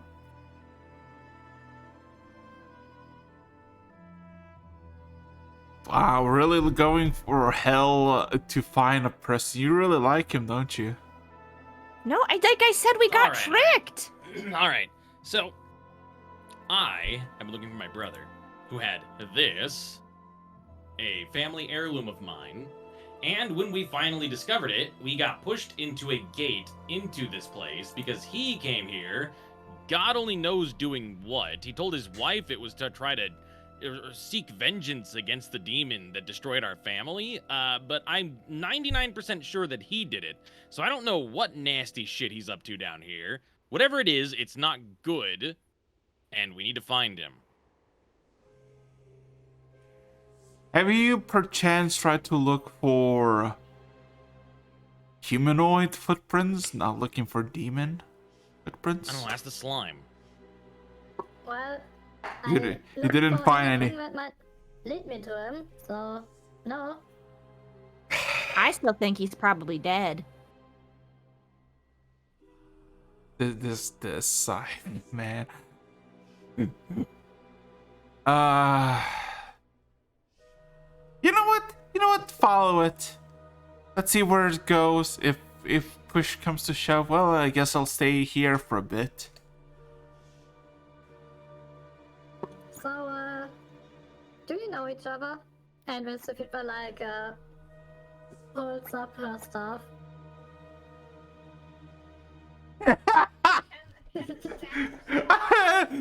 There's this pause. And your staff speaks out. Alrak speaks out. I know her because we shared the same vault. The what? Oh, did all weapons in the vault talk to each other? Alaric goes, sometimes the more intelligent and capable ones, at the very least. Sime goes, what do you mean intelligent only? I'm intelligent. I am powerful. But not smart enough to not get turned into a scythe. Hey, I will not have talkbacks against someone who got spooked by a stick. Look where I'm from. Red Only Sophia is cursed like, items talk. Red Sophia is like, you do realize that you are the stick, right? You're lucky I even took you with me. Oh no, whatever would have done staying in the Red Dragon's vault. Well, now you're with us, and if you Don't behave yourself, I will dip you in magma. Technically, you would have stayed in the Red Dragon's vault. That's what you would have done. Yes, but at least there I would be appreciated for what I am, not a spook by a wannabe warlock. I Wannabe? appreciate you.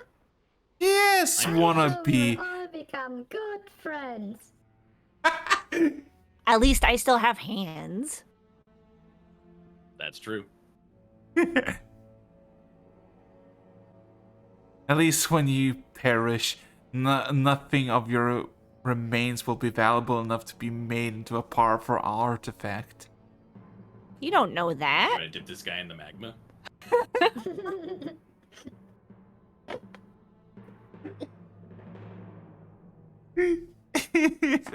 Man, this is not what I expected, dude. Yeah, what would you like to do, seeing as you're now having a conversation? Red Sophia would like to declare the scythe as an additional friend for her start. Okay.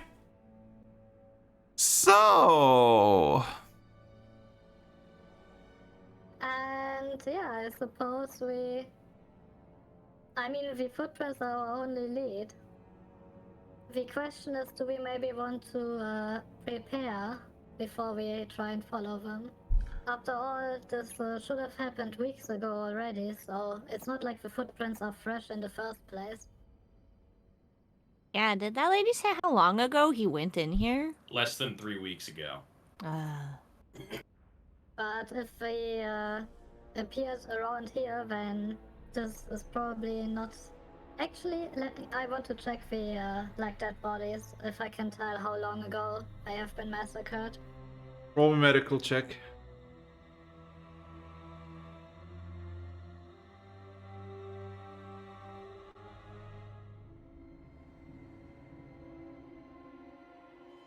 Well, it would have been a lot easier to figure out if it wasn't for most of their, meaty parts missing, and the whole air scorching heat, etc., etc. Give it 2 weeks, maybe. Yeah, so the footprints aren't fresh at all, meaning that we should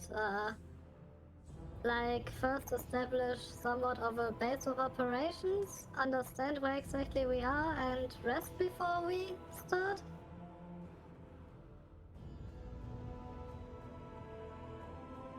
Because based on our new situation, I kind of need to prepare a few things. Yep, no problem. Let's have a look around and see what we can find. Oh, great. You're gonna look around. Well, yeah, it's a big Anything empty that- expanse, so any structures at all should be immediately visible. True. We're looking for anything that could be used for anything that could provide Yes. somewhat safe shelter. Now I have a simple question.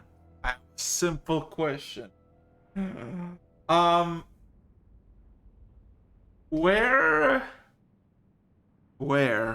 Are you gonna follow the prince while doing that?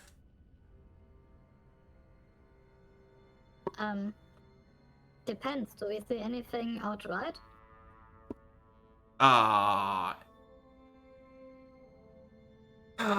No, you don't see anything outright. This is the only thing seemingly that has any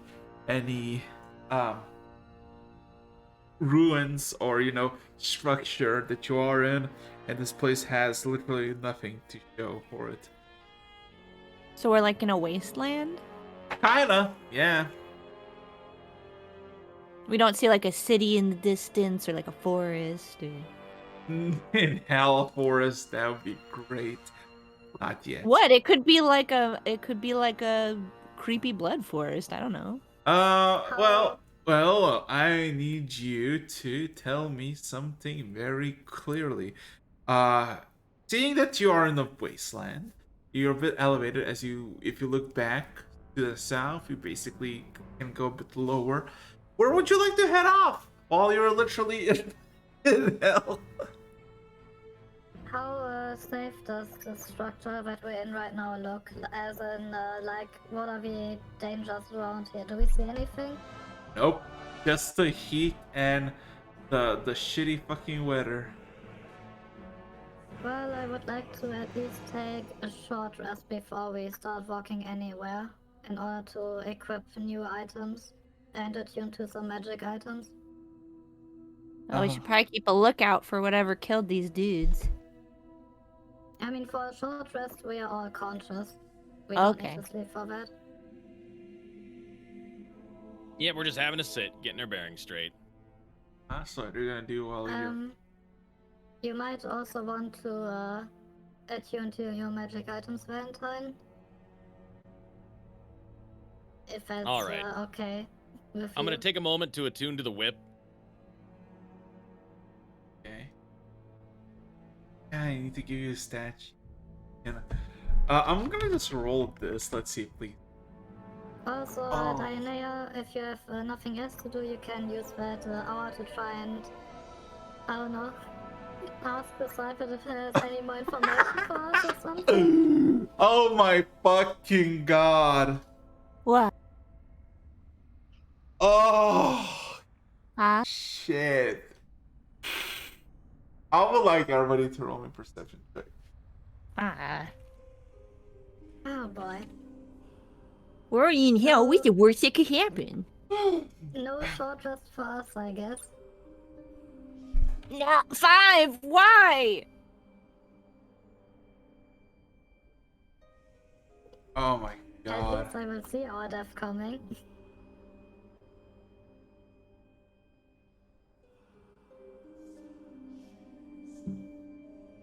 Thing is awful. God, give me a second. I need to. I don't know what I want to put on as a. Oh my god. Give me a second. Yeah, everybody roll me a stealth check as well.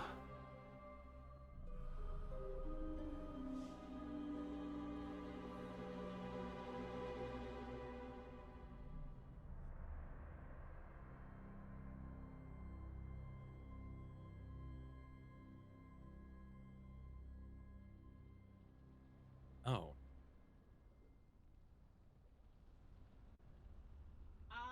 Can I take an action to turn into mist? Or 2 minutes.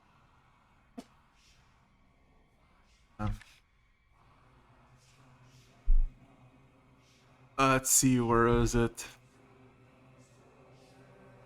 I actually think I have disadvantage because of my armor. Well, you're not. I would say you can. Wait.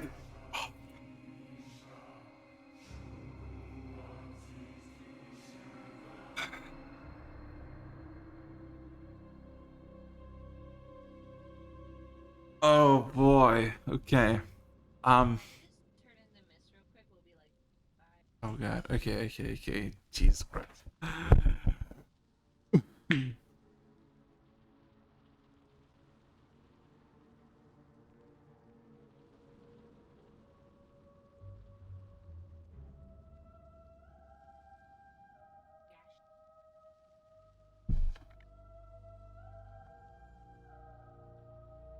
That is a 7. Oh boy. Okay. So, is everybody ready for what's gonna happen next? Smiley face. I don't think so, especially because we got put into hell without a long rest. As you attune to your items and chill, there's nothing really. It's the air is hot, and every once in a while there's this whiff of wind that makes you cough, and nothing severe happens. But then, in the distance, following the tracks of where the beast went, Recifitra, you see what seems to be something walking towards here. You see 3 people in full plate, 2 in this grayish whitish steelish plate, while 1 is completely an obsidian black plate, walking towards you, far away, maybe like a mile out. What would you like to do? How much of our rest is over? I would say you could have a short rest. Okay. Pretty seen us, yeah.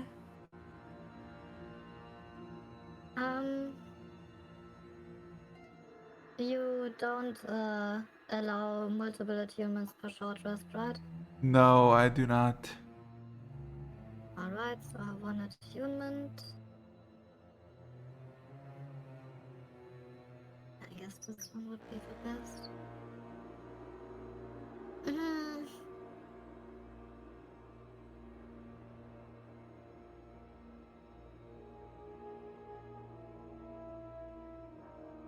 So, how long will they take to reach us, approximately? Maybe like 10 minutes or so.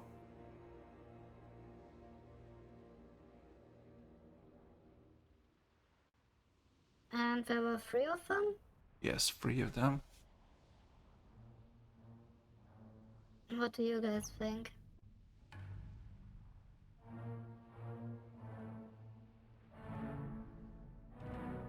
Like, have they already seen us, or do we have time to like try to hide? No, Versifitra sees them from way far out, in the mile away.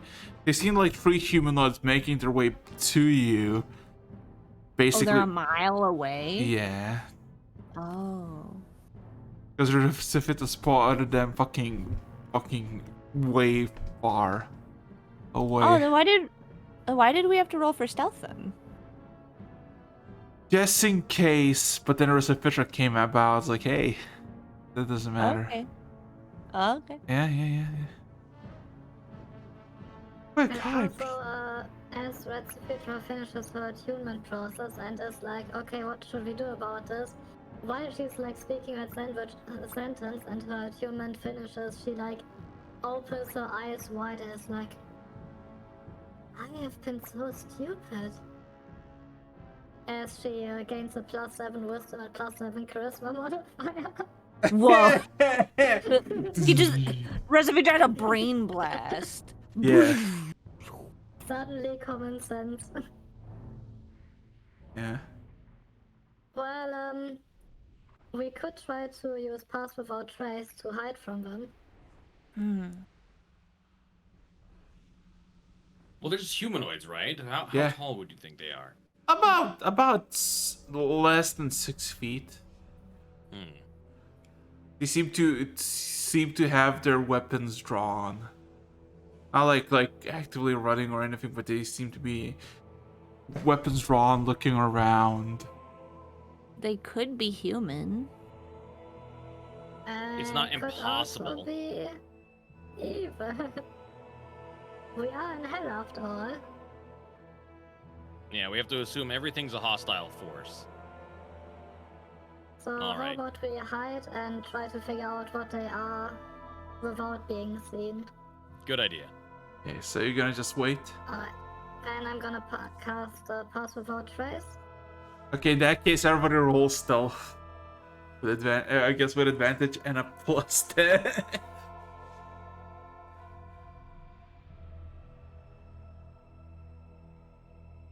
Anything else I wanna do?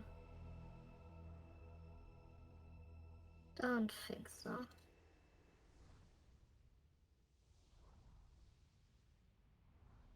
Wait, why is it +10? Because she's using Pass Without Trace.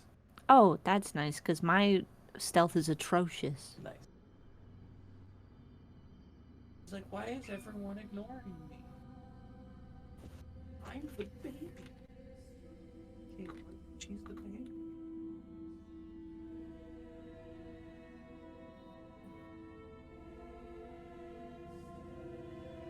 Woo. Oh boy, okay.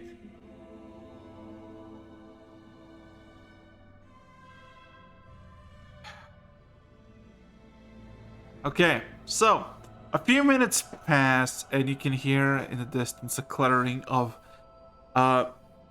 metal as one of them proclaims, "Ah, finally, we're here." Ah, Valentine, you recognize the voice. My bitch ass brother. Oh. Yeah. And he says, Not dead. gather the fallen. We can finally get out of this place. Oh, Rana's gonna kill me. But I it's look over. over at Recifetra and Dionia, and Yeah. I kind of I gesture over the wall that we're hiding behind with my head, and I give them a thumbs up. We're gonna like jump out. Petra nods and stands up and is like, "Hi, I'm Petra." Ah, damn it! All right, I stand up too. Hey, give me a second. I'm just gonna. Why do I imagine him being like, my brother and a slime and Give me a second. Man, give me a second. Where is it? I lost it again. Fuck. man, I fucking hate this. Why did I lose stuff that I don't want to lose? Okay. Yeah, there you go. Found it. As all of a sudden you are you see draw swords just kind of point in the direction of Precipitra as you peek out, Valentine, and you see your brother. You see your brother, Reginald. A bit more fatter than last time you saw, but also has like this fucking massive beard now, as it was like a scuttle, as he kind of looks at you, not really know who the fuck you are. He kind of just says, "Who are you?" Listen. That's a Petra. This is Recifitra. This is Diania. And I'm Valentine.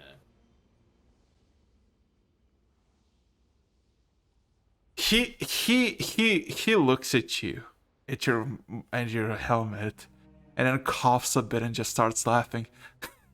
Oh, oh, holy shit, Valentine. How you been, brother? I've been great, actually. In fact, things are looking up for me.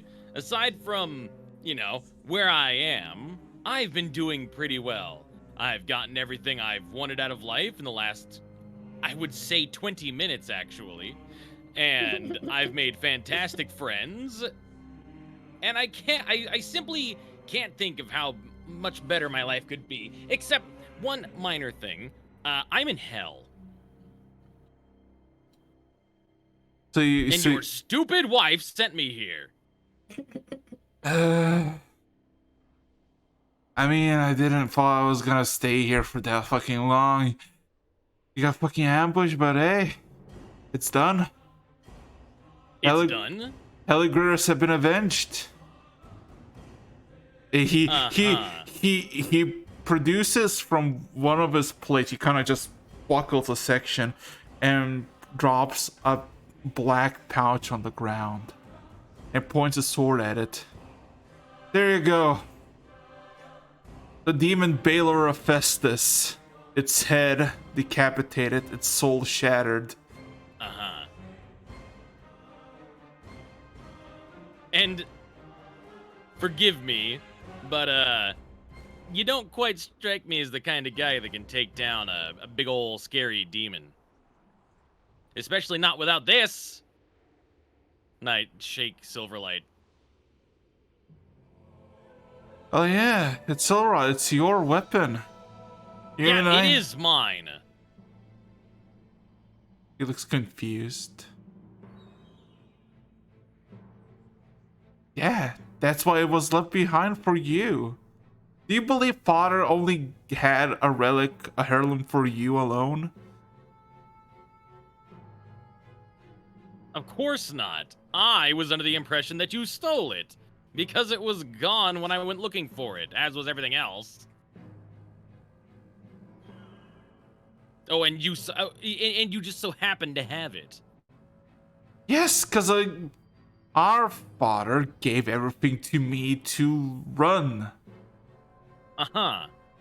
And tell me, do greater demons, hastily slice men's throats with small knives? Is that a thing greater demons usually do? Diania, you're a warlock, right? Do greater demons usually run around with tiny knives and haphazardly cut men's throats to kill them? No. I didn't think so. I do not know what you speak of. Yeah, I bet you don't. So, you're getting ready to leave this place, right? He nods. Yeah. All right. How are you planning on doing that, big guy?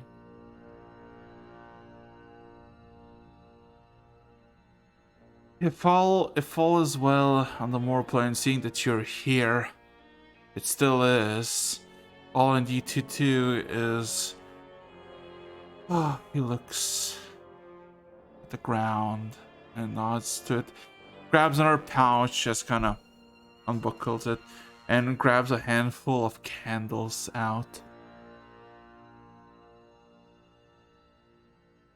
I light these, say a few words, burn this piece of paper, and for about several minutes we have a passage between planes from here to my home.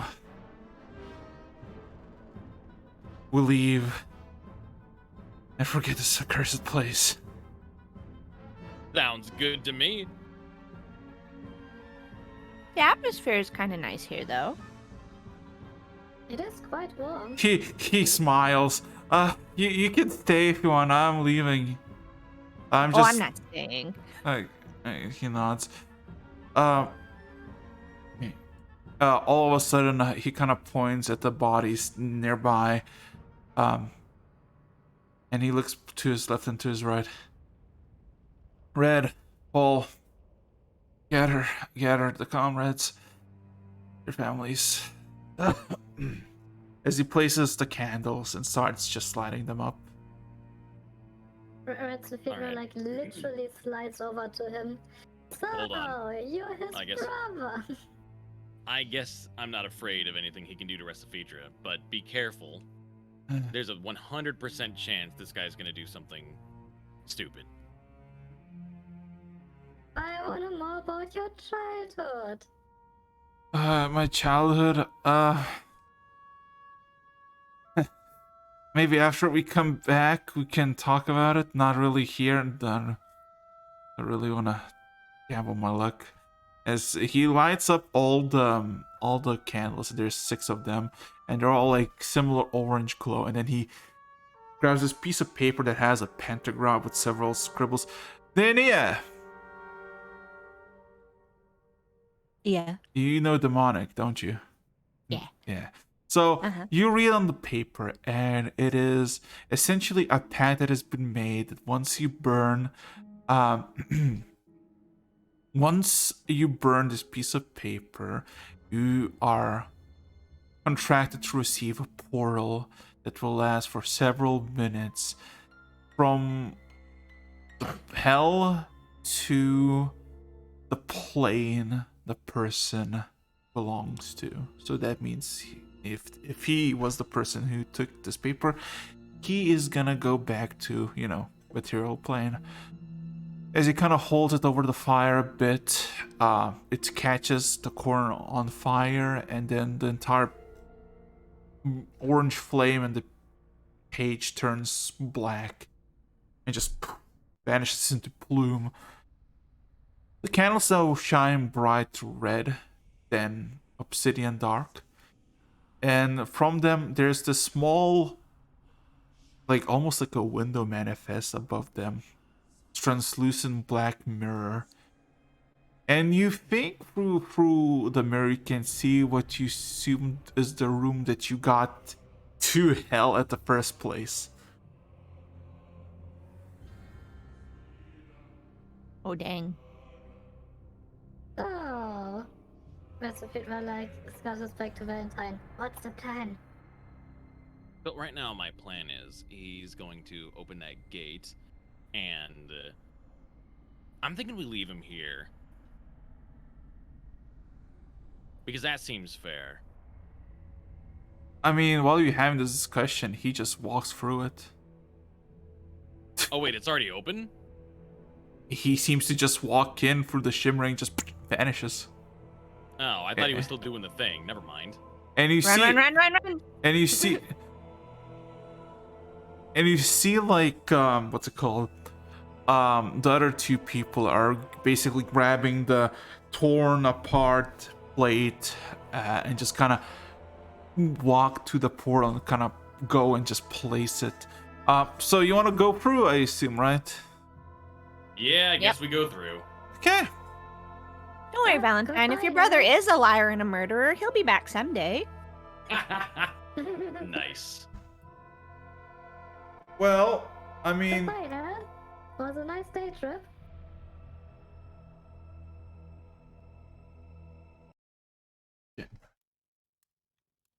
Anyway, yeah, you make it through the other side, and you're back at the room that you were before.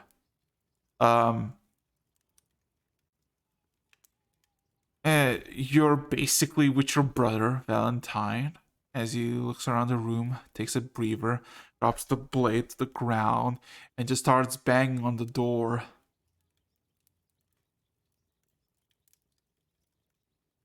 Shouldn't we, you know, have a look at this thing? And she points to the window. I think we should have a look at what's in that bag. I mean, as in, if it's just gonna stay open, you know, It's not gonna they might come through it. Reginald just looks around back at you and says, it's gonna close in like a minute or two. I'm not gonna risk it. Just don't get stuck there. It's fucking hell, literally. He continues banging on the door.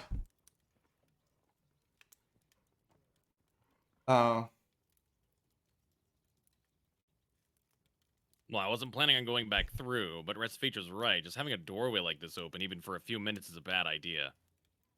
I mean, But if you, sometimes that's how tieflings are born. I mean, if you want to look over at Valentine, you're free to do so. I am done fighting. Oh, are you? All right. I check what's in the bag. As you get your thing in the bag, roll me just a d12.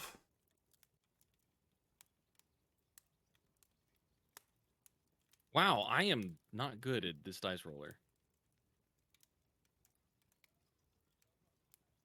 The first thing you feel is you feel something like hard, and as you grab around it, you feel like it's a tooth. Well, I'm not going to reach in there. I'm going to open the bag and look in. Oh, look in. Oh, in that case, you see a mouth with teeth that could probably puncture your skull with ease. You don't even see the full thing, you just see teeth. So it is a demon skull in there. It's not a skull, it's a whole head, flesh The included. whole head. Yes. He continues banging on the door, and then several moments after, you hear a familiar voice of Radna being like, "Who? What?" And Reginald just politely yells, "Rana, it's me. I'm home." Moments pass. The log falls to the ground. The doors open, and the first thing that happens is a loud slap across Reginald's face. As as Rana looks quite pissed, angry. Ah, so that's how married couples in this human race greet each other,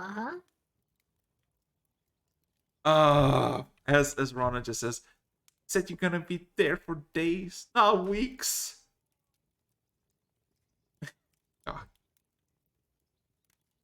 And there's this awkward pause between them both as they kind of both embrace each other. So Valentine, what is your perspective on this? You've done pretty well for yourself, Reginald, I gotta say. A big manor, a beautiful wife.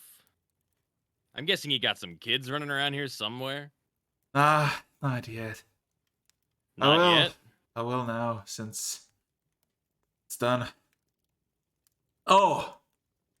Rana. Valentine.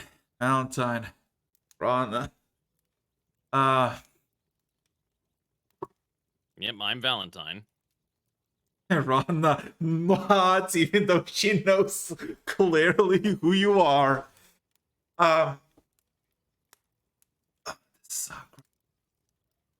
So how you been, Valentine? How about, are you serious? Yes, I am serious. You know, it's been like 5 or 6 years.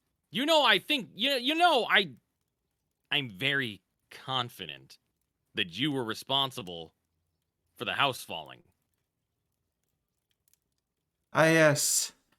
The middle child that would inherit cozy lifestyle as a noble that could do anything he wants from day to day out would raise his own hamlet for what? Is that how you're describing me? No, me. I lost everything. Same as you. I lost my brothers, my mother, my father, the people, the whole house, the countless memories in those houses. And for what? Tell me, Valentine. What did I gain by raising my own hamlet? Tell me. Well, I thought it was this. And I hold up Silverlight. It's yours by right. And this, he kind of extends his hand. It removes his gauntlet from the plate, and there's this just smoldering hand that is basically more charcoal than actual flesh. And there's this ring, this blue bond with a bit of sitting on top of it, and this is mine. Oh, yeah? Eh? Well, what is it? It's a thing that kept me going. The reason why I'm alive, actually.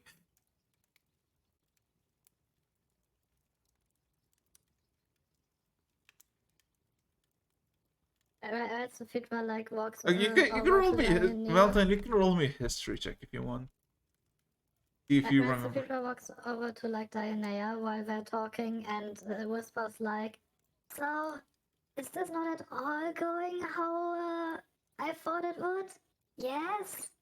Yeah, human families are weird. While this is like this. while this is happening, the two people with plate, like with the full plate, just kind of walk out of the portal and place the bodies on the ground. Just immediately go back in.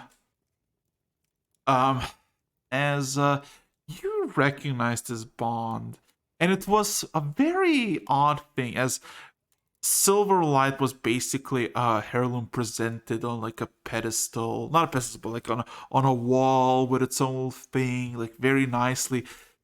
You remember this ring being in your father's drawers, and you remember it gave great insight. He only wore it when he needed like to think a lot, when he needed some solution to some problem, and also apparently you were well protected if you wore it. You assume the band name, if you remember correctly, was called Aluna, and it has some protective properties, but you don't really know what exactly.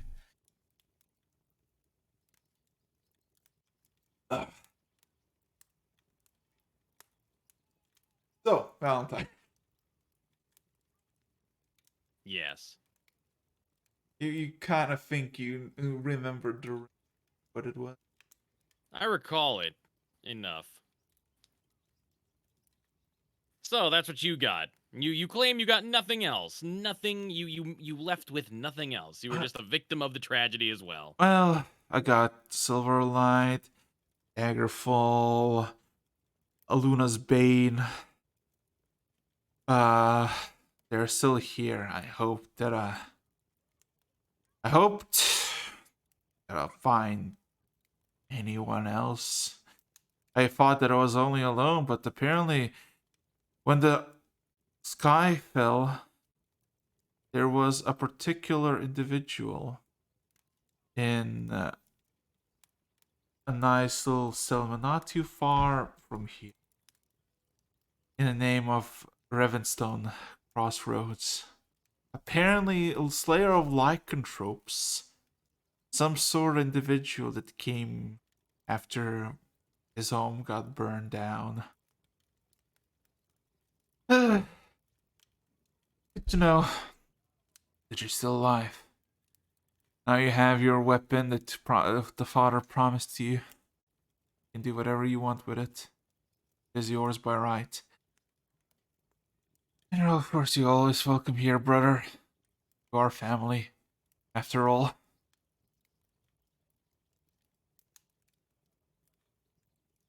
Ah,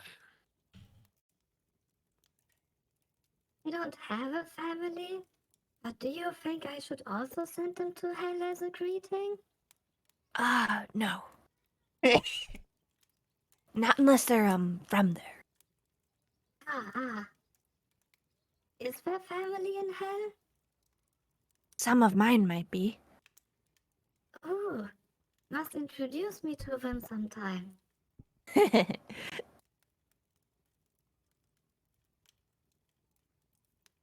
So, like, when you guys eat dinner around here?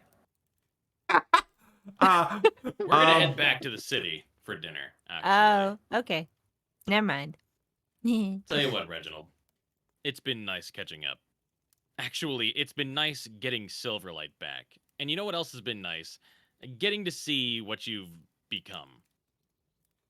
I hope you enjoy your life of luxurious lounging and fattening up. And I hope you die old and gray. It's what you deserve. Valentine. There's one thing I need to talk to you about. Oh. And I really thought it would be a bit less awkward as it was, maybe a bit more glorious, but I will never be a Hellgritter anymore. I'm married in. I'm technically Sunstroke. Then you won't mind if I take your sigil. Yes, that is exactly what I ask of you, Valentine. Oh, and also, one other thing. There's an angry gnome by the name of Cork. He stops his head. Oh. Yeah, Cork. Oh. Man, yeah. Shit. Yeah, I'll handle it. I'll handle it, bro. Don't worry. Oh, but Valentine, you are the sole proprietor at this moment of the noble house Hellgritter. Through you Well. and your actions, you can make the house great. And I thought I'd redeem myself. I got some clarity. I got something of a respite. A clear mind, if you will, a conscience for my bad behaviors in the past to you. Mhm. So, as the sole living relative of Hellgritter, I would like you to have the head. Use it as you wish. The It is demon's head? the head of a Baelor. Is yours. Well, Recifitra, do you want it? I have never tasted demon before. Then it's all yours. He gives you the black pouch. Oh yeah, technically you have it, so yeah. And the sigil.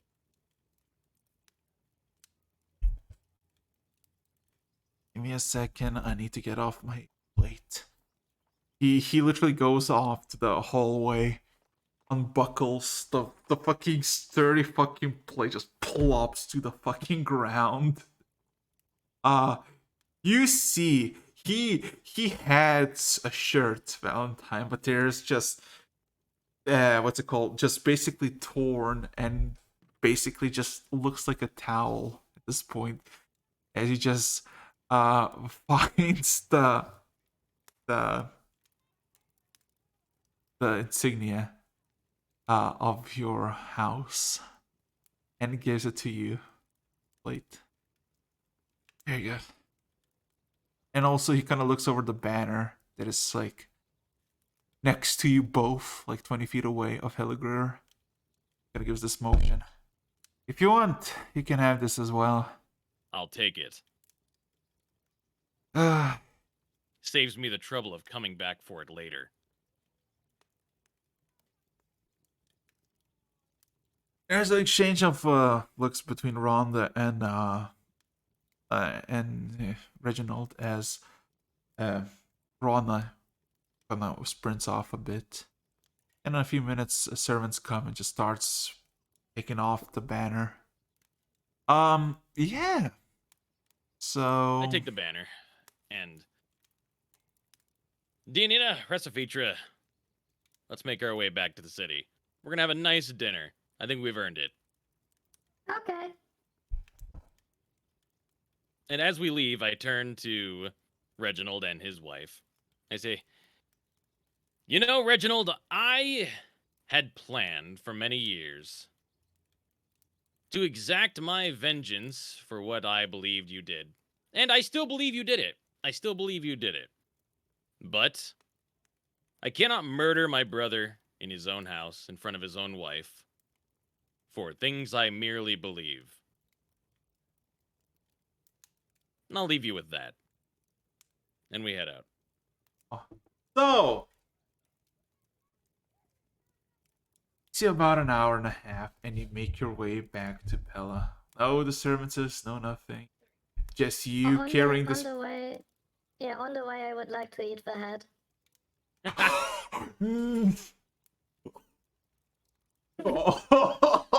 Road snack. How are you gonna do that? That's my question. Are you just gonna like, She's gonna hey, munch it like she munches everything else. no, like it's in a bag of whole, like it's a massive head. Is it the bag of holding? Yeah, it's in the bag of holding. It is incredibly big. As in, we have transferred it to a bag of holding, or as in it was given us in a bag of holding? It was given to you in a bag of holding. Oh, that's great. Now I can enter the infusion if the lights Sick. on Free it. bag. Free bag indeed. Free bag. So how big is it? It is about 6 feet in height and about 12 feet in width. It's a massive head of a bale. So what if I just like open the sack and like a part of me just goes in there and starts munching? Jesus, Should I carry the bag? No, I've got it. Thank you. Eat it out of the bag like popcorn. Exactly. Meh. Yeah. Kind of jealous. Pretty hungry. So, important thing, Eric. How many rations does this head consist of? Oh my god. So, how long am I eating off of it? Con saves. Con saves. That's what you're eating. Oh my god. I think with that we're gonna call because it's been 3 hours. Ah. What? There you go. There you go. Valentine anticlimactic ending. Extremely anticlimactic. I Yeah. have a slight suspicion that we were supposed to slay the demon ourselves until you realized that we are horrendously underleveled for this. No. No. If you have any questions about the campaign, wait until all the campaigns are over, and then you can ask me everything and answer it. But until then, you can only guess what happened. Anyway, Well, I do have one question. yes, So, do we get a level up for going to hell and back? absolutely. Yes, you're level 12. Hey! Oh, And that's why asking never hurts. so anything you Alright, want to well- say before I'm shutting the stream down? No survivors. Yeah, I'm hungry. I'm gonna go eat a food. Bye, Same. bye, bye, bye, bye, bye, bye, bye, bye, bye.